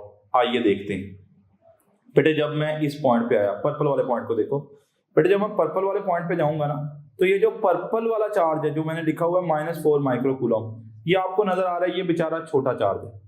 ठीक है, मतलब या पर्पल वाले की बजाय पहले येलो वाले, इधर से समझना शुरू करते हैं फिर वहां पे चलते हैं। चलें यहाँ पे समझते हैं बेटे, ये जो येलो वाला चार्ज है कितने का है? 16 माइक्रोकूलम का। ये कैसा चार्ज है? बड़ा है। वो -4 है, ये 16 है, तो 16 माइक्रोकूलम बड़ा चार्ज है। ओके, ये वाला पॉइंट जो है वो इस बड़े चार्ज के बिल्कुल करीब है। अब देखो, एक तो चार्ज बहुत बड़ा है और दूसरा हम चार्ज के बिल्कुल करीब मौजूद हैं। तो जब मैं इसके बिल्कुल करीब होऊंगा तो मुझे येलो वाले चार्ज का इलेक्ट्रिक फील्ड बहुत ही स्ट्रॉन्ग मिलेगा। मान लो इसकी वैल्यू कितनी मिल रही है? 100। ओके, ये जो पर्पल वाला है, जब मैं इधर को आऊंगा तो इसका भी तो इलेक्ट्रिक फील्ड इधर को आ रहा होगा ना मेरा बेटा। तो जब मैं इस पॉइंट पे हूं तो मैं पर्पल वाले, जब मैं इस पॉइंट पे मौजूद हूं बेटे, तो मैं पर्पल वाले चार्ज से काफी दूर हूं। तो जब मैं पर्पल वाले चार्ज से काफी दूर हूं तो मुझे यहाँ पे पर्पल वाले चार्ज का इलेक्ट्रिक फील्ड मिलेगा बहुत ही बेचारा कमजोर। क्यों कमजोर मिलेगा? एक तो वो चार्ज बड़ा छोटा था बेचारा, और दूसरा मुझसे बहुत दूर आ गए हैं बेटे, बहुत दूर आ गए। ये वाला येलो वाला पॉइंट पर्पल से काफी दूर है। तो जब दूर आ गए इस बेचारे का इलेक्ट्रिक फील्ड बहुत ही क्या मिला? जल्दी बताइएगा, वीक मिला। जिससे होगा क्या कि भाई इलेक्ट्रिक फील्ड ऑपोजिट तो होंगे लेकिन का इलेक्ट्रिक फील्ड बराबर है बेटे? इक्वल नहीं है, तो यहां पर तो जीरो नहीं होगा। अब इस पॉइंट को देखो, पर्पल वाले पॉइंट को बेटे, ये जो पर्पल वाला चार्ज है ये कैसा है? छोटा है। मैं इसके करीब आऊंगा तो कुछ ना कुछ इसका इलेक्ट्रिक फील्ड थोड़ा बेहतर हो जाएगा। मान लो इस पर्पल वाले चार्ज की वजह से इस पॉइंट पे जो इलेक्ट्रिक फील्ड मिल रहा है वो कितना मिल रहा है? 50। अब येलो वाले की वजह से देखते हैं बेटे, येलो वाले के जब मैं करीब था तो इलेक्ट्रिक फील्ड बहुत ही स्ट्रॉन्ग था। अब मैं येलो वाले से थोड़ा दूर आ चुका हूँ। जब येलो से थोड़ा दूर आ चुका हूँ तो यहाँ पे येलो वाले का इलेक्ट्रिक फील्ड थोड़ा कम हो जाएगा। पहले 100 था, अब कम होते होते लेट्स सपोज कितना हो गया? 50। यानी एक ऐसा पॉइंट आ गया जहां पे दोनों इलेक्ट्रिक फील्ड एक दूसरे के क्या हो गए? बराबर। और ऑपोजिट तो थे ही, मैंने पहले बताया था चार्जेस के बाहर ऑपोजिट ही होने हैं। तो बताइएगा, जब भी ऑपोजिट और अनइक्वल चार्जेस आएंगे जो इलेक्ट्रिक फील्ड होगा वो जीरो होगा। बिटवीन द चार्जेस नहीं, आउटसाइड द चार्जेस। और आउटसाइड में मैंने 2 पॉइंट बनाए थे, एक ये वाला पॉइंट और एक ये वाला पॉइंट। ये वाला पॉइंट किधर था? बड़े वाले चार्ज के करीब। यहां पे इलेक्ट्रिक फील्ड नहीं जीरो हुआ था क्योंकि बड़े का इलेक्ट्रिक फील्ड स्ट्रांग था, छोटे का बेचारे का बहुत कमजोर था, उससे बहुत दूर आ गए। और फिर मैंने एक पॉइंट यहां पे बनाया था और यहाँ पे मैंने बताया था छोटे वाले चार्ज का इलेक्ट्रिक फील्ड थोड़ा बेहतर हो गया है। क्यों बेहतर हो गया? हम छोटे वाले चार्ज के करीब आ गए। और जो बड़ा चार्ज था जिसका इलेक्ट्रिक फील्ड बहुत स्ट्रांग था, अब उससे थोड़ा दूर आ गए, उसका इलेक्ट्रिक फील्ड थोड़ा कम हो जाएगा और यहाँ पे ये दोनों बराबर हो जाएंगे। और बराबर हो जाएंगे तो इलेक्ट्रिक फील्ड क्या हो जाएगा बेटे? जीरो हो जाएगा। बताओ बिटवीन द चार्जेस के आउटसाइड द चार्जेस, तो your answer is outside the charges. Outside में कहां, बड़े वाले चार्ज के करीब या छोटे वाले चार्ज के करीब, तो your answer will be nearer या closer to the smaller charge. तो मैंने बात लिख दी कि जब भी दो ऑपोजिट और अनइक्वल चार्जेस आ जाएं, जो जीरो फील्ड स्पॉट होगा वो आउटसाइड द चार्जेस होगा but closer to the smaller charge. ठीक है भाई, समझ आ गई बात। अब सर समझ आ गई बात, देखते हैं कितना समझ आया। एक सवाल लेते हैं बच्चों। एक चार्ज आपको नजर आ रहा है जिसकी वैल्यू उसने लिखी हुई है कितनी है, -q है, और दूसरी वैल्यू उसने लिखी हुई है क्या है, +2q है। इस चार्ज का नाम ए रख लिया और दूसरे चार्ज का नाम क्या रख लिया, बी। पहले बच्चों ये बताओ सिमिलर के ऑपोजिट, तो आपका आंसर होगा ऑपोजिट। अब ऑपोजिट चार्जेस के क्या बीच में इलेक्ट्रिक फील्ड जीरो होगा, नहीं नहीं सर, बाहर जीरो होगा, बाहर जीरो होगा, बिल्कुल सही। अब बाहर में अगली कहानी बताई थी, बड़े वाले चार्ज के करीब या छोटे वाले चार्ज के करीब, तो your answer will be closer या nearer to the smaller charge. तो बताओ इन दोनों चार्जेस की वजह से कहां पर इलेक्ट्रिक फील्ड जीरो होगा। ऑप्शन अल्फा देखो बच्चों, somewhere between -q and +2q। बोला ऐसा करो, -q और +2q के बीच में कहीं ना कहीं चले जाओ। बेटे ऑपोजिट चार्जेस के बीच में कभी इलेक्ट्रिक फील्ड जीरो हो नहीं सकता। Okay, somewhere on the right of +2q, बोला 2q की राइट साइड पे आ जाओ, मतलब इस जगह पे। बेटे ये वाला पॉइंट चार्जेस के अंदर है या बाहर है, बाहर है। अब बताओ क्या यहाँ इलेक्ट्रिक फील्ड जीरो होगा, सर आपने बताया तो था कि बाहर ही जीरो होगा, लेकिन बाहर में एक और कंडीशन भी तो बताई थी भाई, छोटे के करीब। ये तो 2q वाला क्या है, बड़ा चार्ज है, और ये वाला पॉइंट किधर मौजूद है, बड़े वाले चार्ज के करीब है, तो बड़े वाले चार्ज के करीब तो नहीं होना बेटे, ये भी नहीं है। Somewhere on the left of -q, बोल रहा -q की लेफ्ट साइड, ये -q लिखा हुआ बेटे, इसकी लेफ्ट साइड पे आ जाओ। क्या ये बिटवीन द चार्जेस है कि आउटसाइड द चार्जेस, तो आउटसाइड द चार्जेस। क्या ये छोटे के करीब है या बड़े के करीब, बेटे -q छोटा चार्ज है और ये पॉइंट छोटे वाले चार्ज के करीब है, तो लिहाजा हमारा यही वाला सही ऑप्शन होगा, outside the charges closer to the smaller charge. But पंगा तब होगा जब आपको वैल्यू कैलकुलेट करना पड़ेगी कि सर आप कहीं जा रहे हो छोटे वाले चार्ज के करीब, बट कभी हमें छोटे वाले चार्ज से डिस्टेंस पता लगाना पड़े, तो तब क्या करेंगे। तो आइए ट्रिक डेवलप करते हैं और आगे चल के हम क्वेश्चन में उसको अप्लाई करेंगे। लेट्स सपोज बेटे एक चार्ज है, मैं कहता हूं -4 माइक्रोकूलम का, और बच्चों दूसरा चार्ज है हमारे पास कितना भला, 16 माइक्रोकूलम का। एक बोलो तो स्मॉलर चार्ज है और दूसरा स्टूडेंट्स हमारे पास क्या है, लार्जर चार्ज है। अगेन सवाल, इलेक्ट्रिक फील्ड कहां पे जीरो, आउटसाइड द चार्जेस, कहां पे, छोटे वाले चार्ज के करीब। तो बेटे अगर मैं छोटे वाले चार्ज के करीब एक पॉइंट बना लूं, तो मैंने ये पॉइंट P बना लिया। ये पॉइंट P वो पॉइंट है जहां पे इलेक्ट्रिक फील्ड क्या हो जाना है, जीरो हो जाना है। भाई सही है, ठीक है। मैंने बार बार बताया कि मैं दोनों चार्जेस का जो बीच का डिस्टेंस है, बेटे दोनों चार्जेस के बीच के डिस्टेंस को हमेशा मैं r से लिख रहा हूँ। तो मान लो ये दोनों चार्जेस r डिस्टेंस पे पड़े हों। ओके बेटे मैंने एक पॉइंट P बना लिया और ये P वो पॉइंट है जहां पे इलेक्ट्रिक फील्ड जीरो होना है। मान लो इस पॉइंट P का स्मॉलर चार्ज से डिस्टेंस, इस पॉइंट P का स्मॉलर चार्ज से जो डिस्टेंस है वो कितना बन रहा है, x बन रहा है। अब ध्यान से और अक्लमंदी से आंसर कीजिएगा, क्या ये जो पॉइंट P है, ये जो पॉइंट P है, इसका लार्जर चार्ज से डिस्टेंस कितना बनेगा, सोच के आंसर करो। तो बेटे ध्यान से देखो, ये डिस्टेंस कितना है r, ये कितना है x, और ये टोटल डिस्टेंस बन रहा है। तो जो बड़े वाले चार्ज से डिस्टेंस बनेगा वो क्या बनेगा बेटे, r + x बनेगा। सही हो गया बेटे, छोटे से डिस्टेंस x और बड़े से r + x बना। और ये जो पॉइंट P है, परेशानी वाली बात नहीं है, पॉइंट P के ऊपर दोनों के इलेक्ट्रिक फील्ड, किसके इलेक्ट्रिक फील्ड, स्मॉलर चार्ज का और लार्जर चार्ज का इलेक्ट्रिक फील्ड, दोनों आपने क्या कर लेने हैं, बराबर। भाई आसान कहानी। बताओ स्मॉलर चार्ज के इलेक्ट्रिक फील्ड का फॉर्मूला क्या लिखोगे, k q स्मॉलर, और स्मॉलर चार्ज से इस पॉइंट का फासला कितना है, x, तो क्या लिख दोगे, x का स्क्वायर।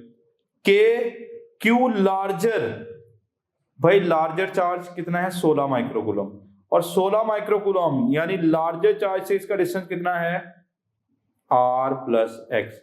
तो जैसे आप ये कटिंग करोगे तो you are having a shortcut formula, q smaller over x का square, q larger over r plus x का स्क्वायर। सिर्फ आपको दो काम करने हैं, यहाँ पे आपने दोनों जो चार्जेस दिए हुए हैं वो और जितना उन दोनों के बीच में डिस्टेंस है वो पुट करना है। यहां से आपके पास x की वैल्यू निकल आएगी और x की वैल्यू निकलने का मतलब है आपका छोटे वाले चार्ज से डिस्टेंस निकल आया, और अगर छोटे चार्ज से डिस्टेंस निकल आया तो आप बड़े वाले चार्ज से बाआसानी पता लगा सकते हो।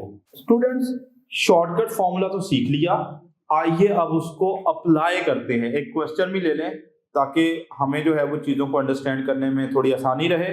ठीक है, तो अब स्टूडेंट्स हम लोग बढ़ते हैं कि एक लेट्स सपोज मैं कहता हूं मेरे पास 4 माइक्रोकूलम का चार्ज है, चले माइनस का लेना है मुझे, ये -4 माइक्रोकूलम का चार्ज है बेटे। ठीक है, मुझे माइनस को थोड़ा वाजे कर लेने दें। ठीक है, एक स्टूडेंट्स हमारे पास -4 माइक्रोकूलम का चार्ज है और दूसरा है 16 माइक्रोकूलम का चार्ज। ऐसा करते हैं, इसके बीच में कोई ना कोई डिस्टेंस भी मेंशन कर लेते हैं, और मैंने बार बार बताया कि मैं दोनों चार्जेस के बीच में डिस्टेंस को r से डिनोट कर रहा हूं। मान लो ये जो r की वैल्यू आ रही है वो 3 मीटर आ रही है। r की वैल्यू बच्चों लेट्स सपोज कितनी है, 3 मीटर। अब मेरा सवाल है कि इन दोनों चार्जेस की वजह से इलेक्ट्रिक फील्ड कहां पर जीरो होगा। तो आप बोलोगे कहां पे जीरो होगा बेटे, ये सिमिलर चार्जेस हैं कि ऑपोजिट, तो ऑपोजिट। क्या बीच में जीरो होगा, नहीं, ऑपोजिट के बाहर जीरो होता है। बाहर सर आपने बताया था किसके करीब जीरो होगा, छोटे वाले चार्ज के करीब। ये लो, ये छोटे वाला चार्ज है, यहाँ पे मैंने एक पॉइंट P बना दिया, ये पॉइंट P वो डिस्टेंस है जहाँ पे इलेक्ट्रिक फील्ड क्या हो जाएगा, जीरो। तो इस छोटे वाले चार्ज से इस पॉइंट का जो फासला है बेटे उसे हम क्या बोलते हैं, x।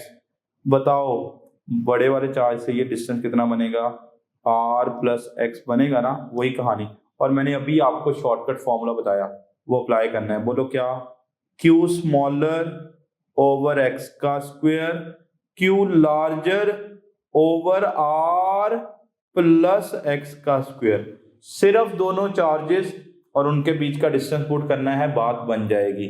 स्मॉलर चार्ज, बच्चे कहते हैं स्मॉलर चार्ज -4 माइक्रोकूलम है। बेटे -4 नहीं लिखना, 4 लिखना है। सर वो क्यों, क्योंकि मैंने इस पॉइंट के ऊपर दोनों के इलेक्ट्रिक फील्ड की मैग्नीट्यूड्स को बराबर किया है। भाई मैग्नीट्यूड्स को बराबर किया, दैट्स इट। तो लिहाजा चार्ज आपने माइनस में नहीं पुट करने बेटे। जब भी ये फॉर्मूले आएंगे एक चीज सुन लो, चार्जेस पॉजिटिव में पुट करने, दैट्स इट। ओके, ये कितना हो गया, 4 माइक्रोकूलम। बोलो माइक्रो की जगह क्या लिखें, -6 ओवर क्या हो गया, x का स्क्वायर। बताओ लार्जर चार्ज कितना है, 16 माइक्रोकूलम, और नीचे क्या है, r प्लस एक्स। r की वैल्यू मैंने बता रखी है जितना दोनों के बीच में डिस्टेंस है। बताओ कितना है, 3 प्लस x का स्क्वायर। लें जी स्टूडेंट्स, इसको सॉल्व करें, ये कैंसिल हो गए। अब दोनों साइड पे स्क्वायर ले लें, सॉरी स्क्वायर रूट ले लें, तो जो 4 का स्क्वायर रूट आएगा वो कितना आ जाएगा, 2। x का स्क्वायर रूट क्या हो जाएगा, कैंसिल। बेटे 16 का स्क्वायर रूट कितना आएगा, 4, और नीचे 3 प्लस एक्स का स्क्वायर रूट क्या हो जाएंगे, कैंसिल हो जाएंगे। अब क्या करो, क्रॉस मल्टीप्लाई कर लो।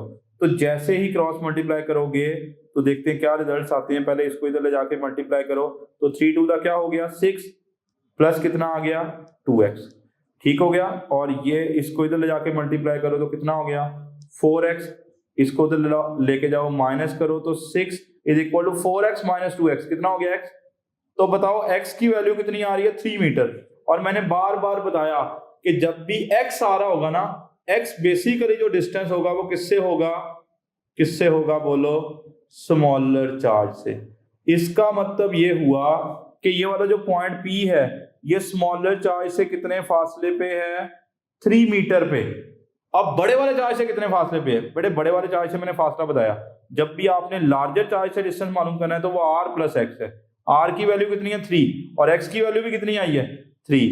यानी बड़े वाले चार्ज से कितना दूर बेटे, 6 मीटर, और छोटे वाले चार्ज से कितना होगा, 3 मीटर। तो देखें आपने ये फॉर्मूला अप्लाई करना भी सीख लिया, q स्मॉलर ओवर x का square is equal to q larger over r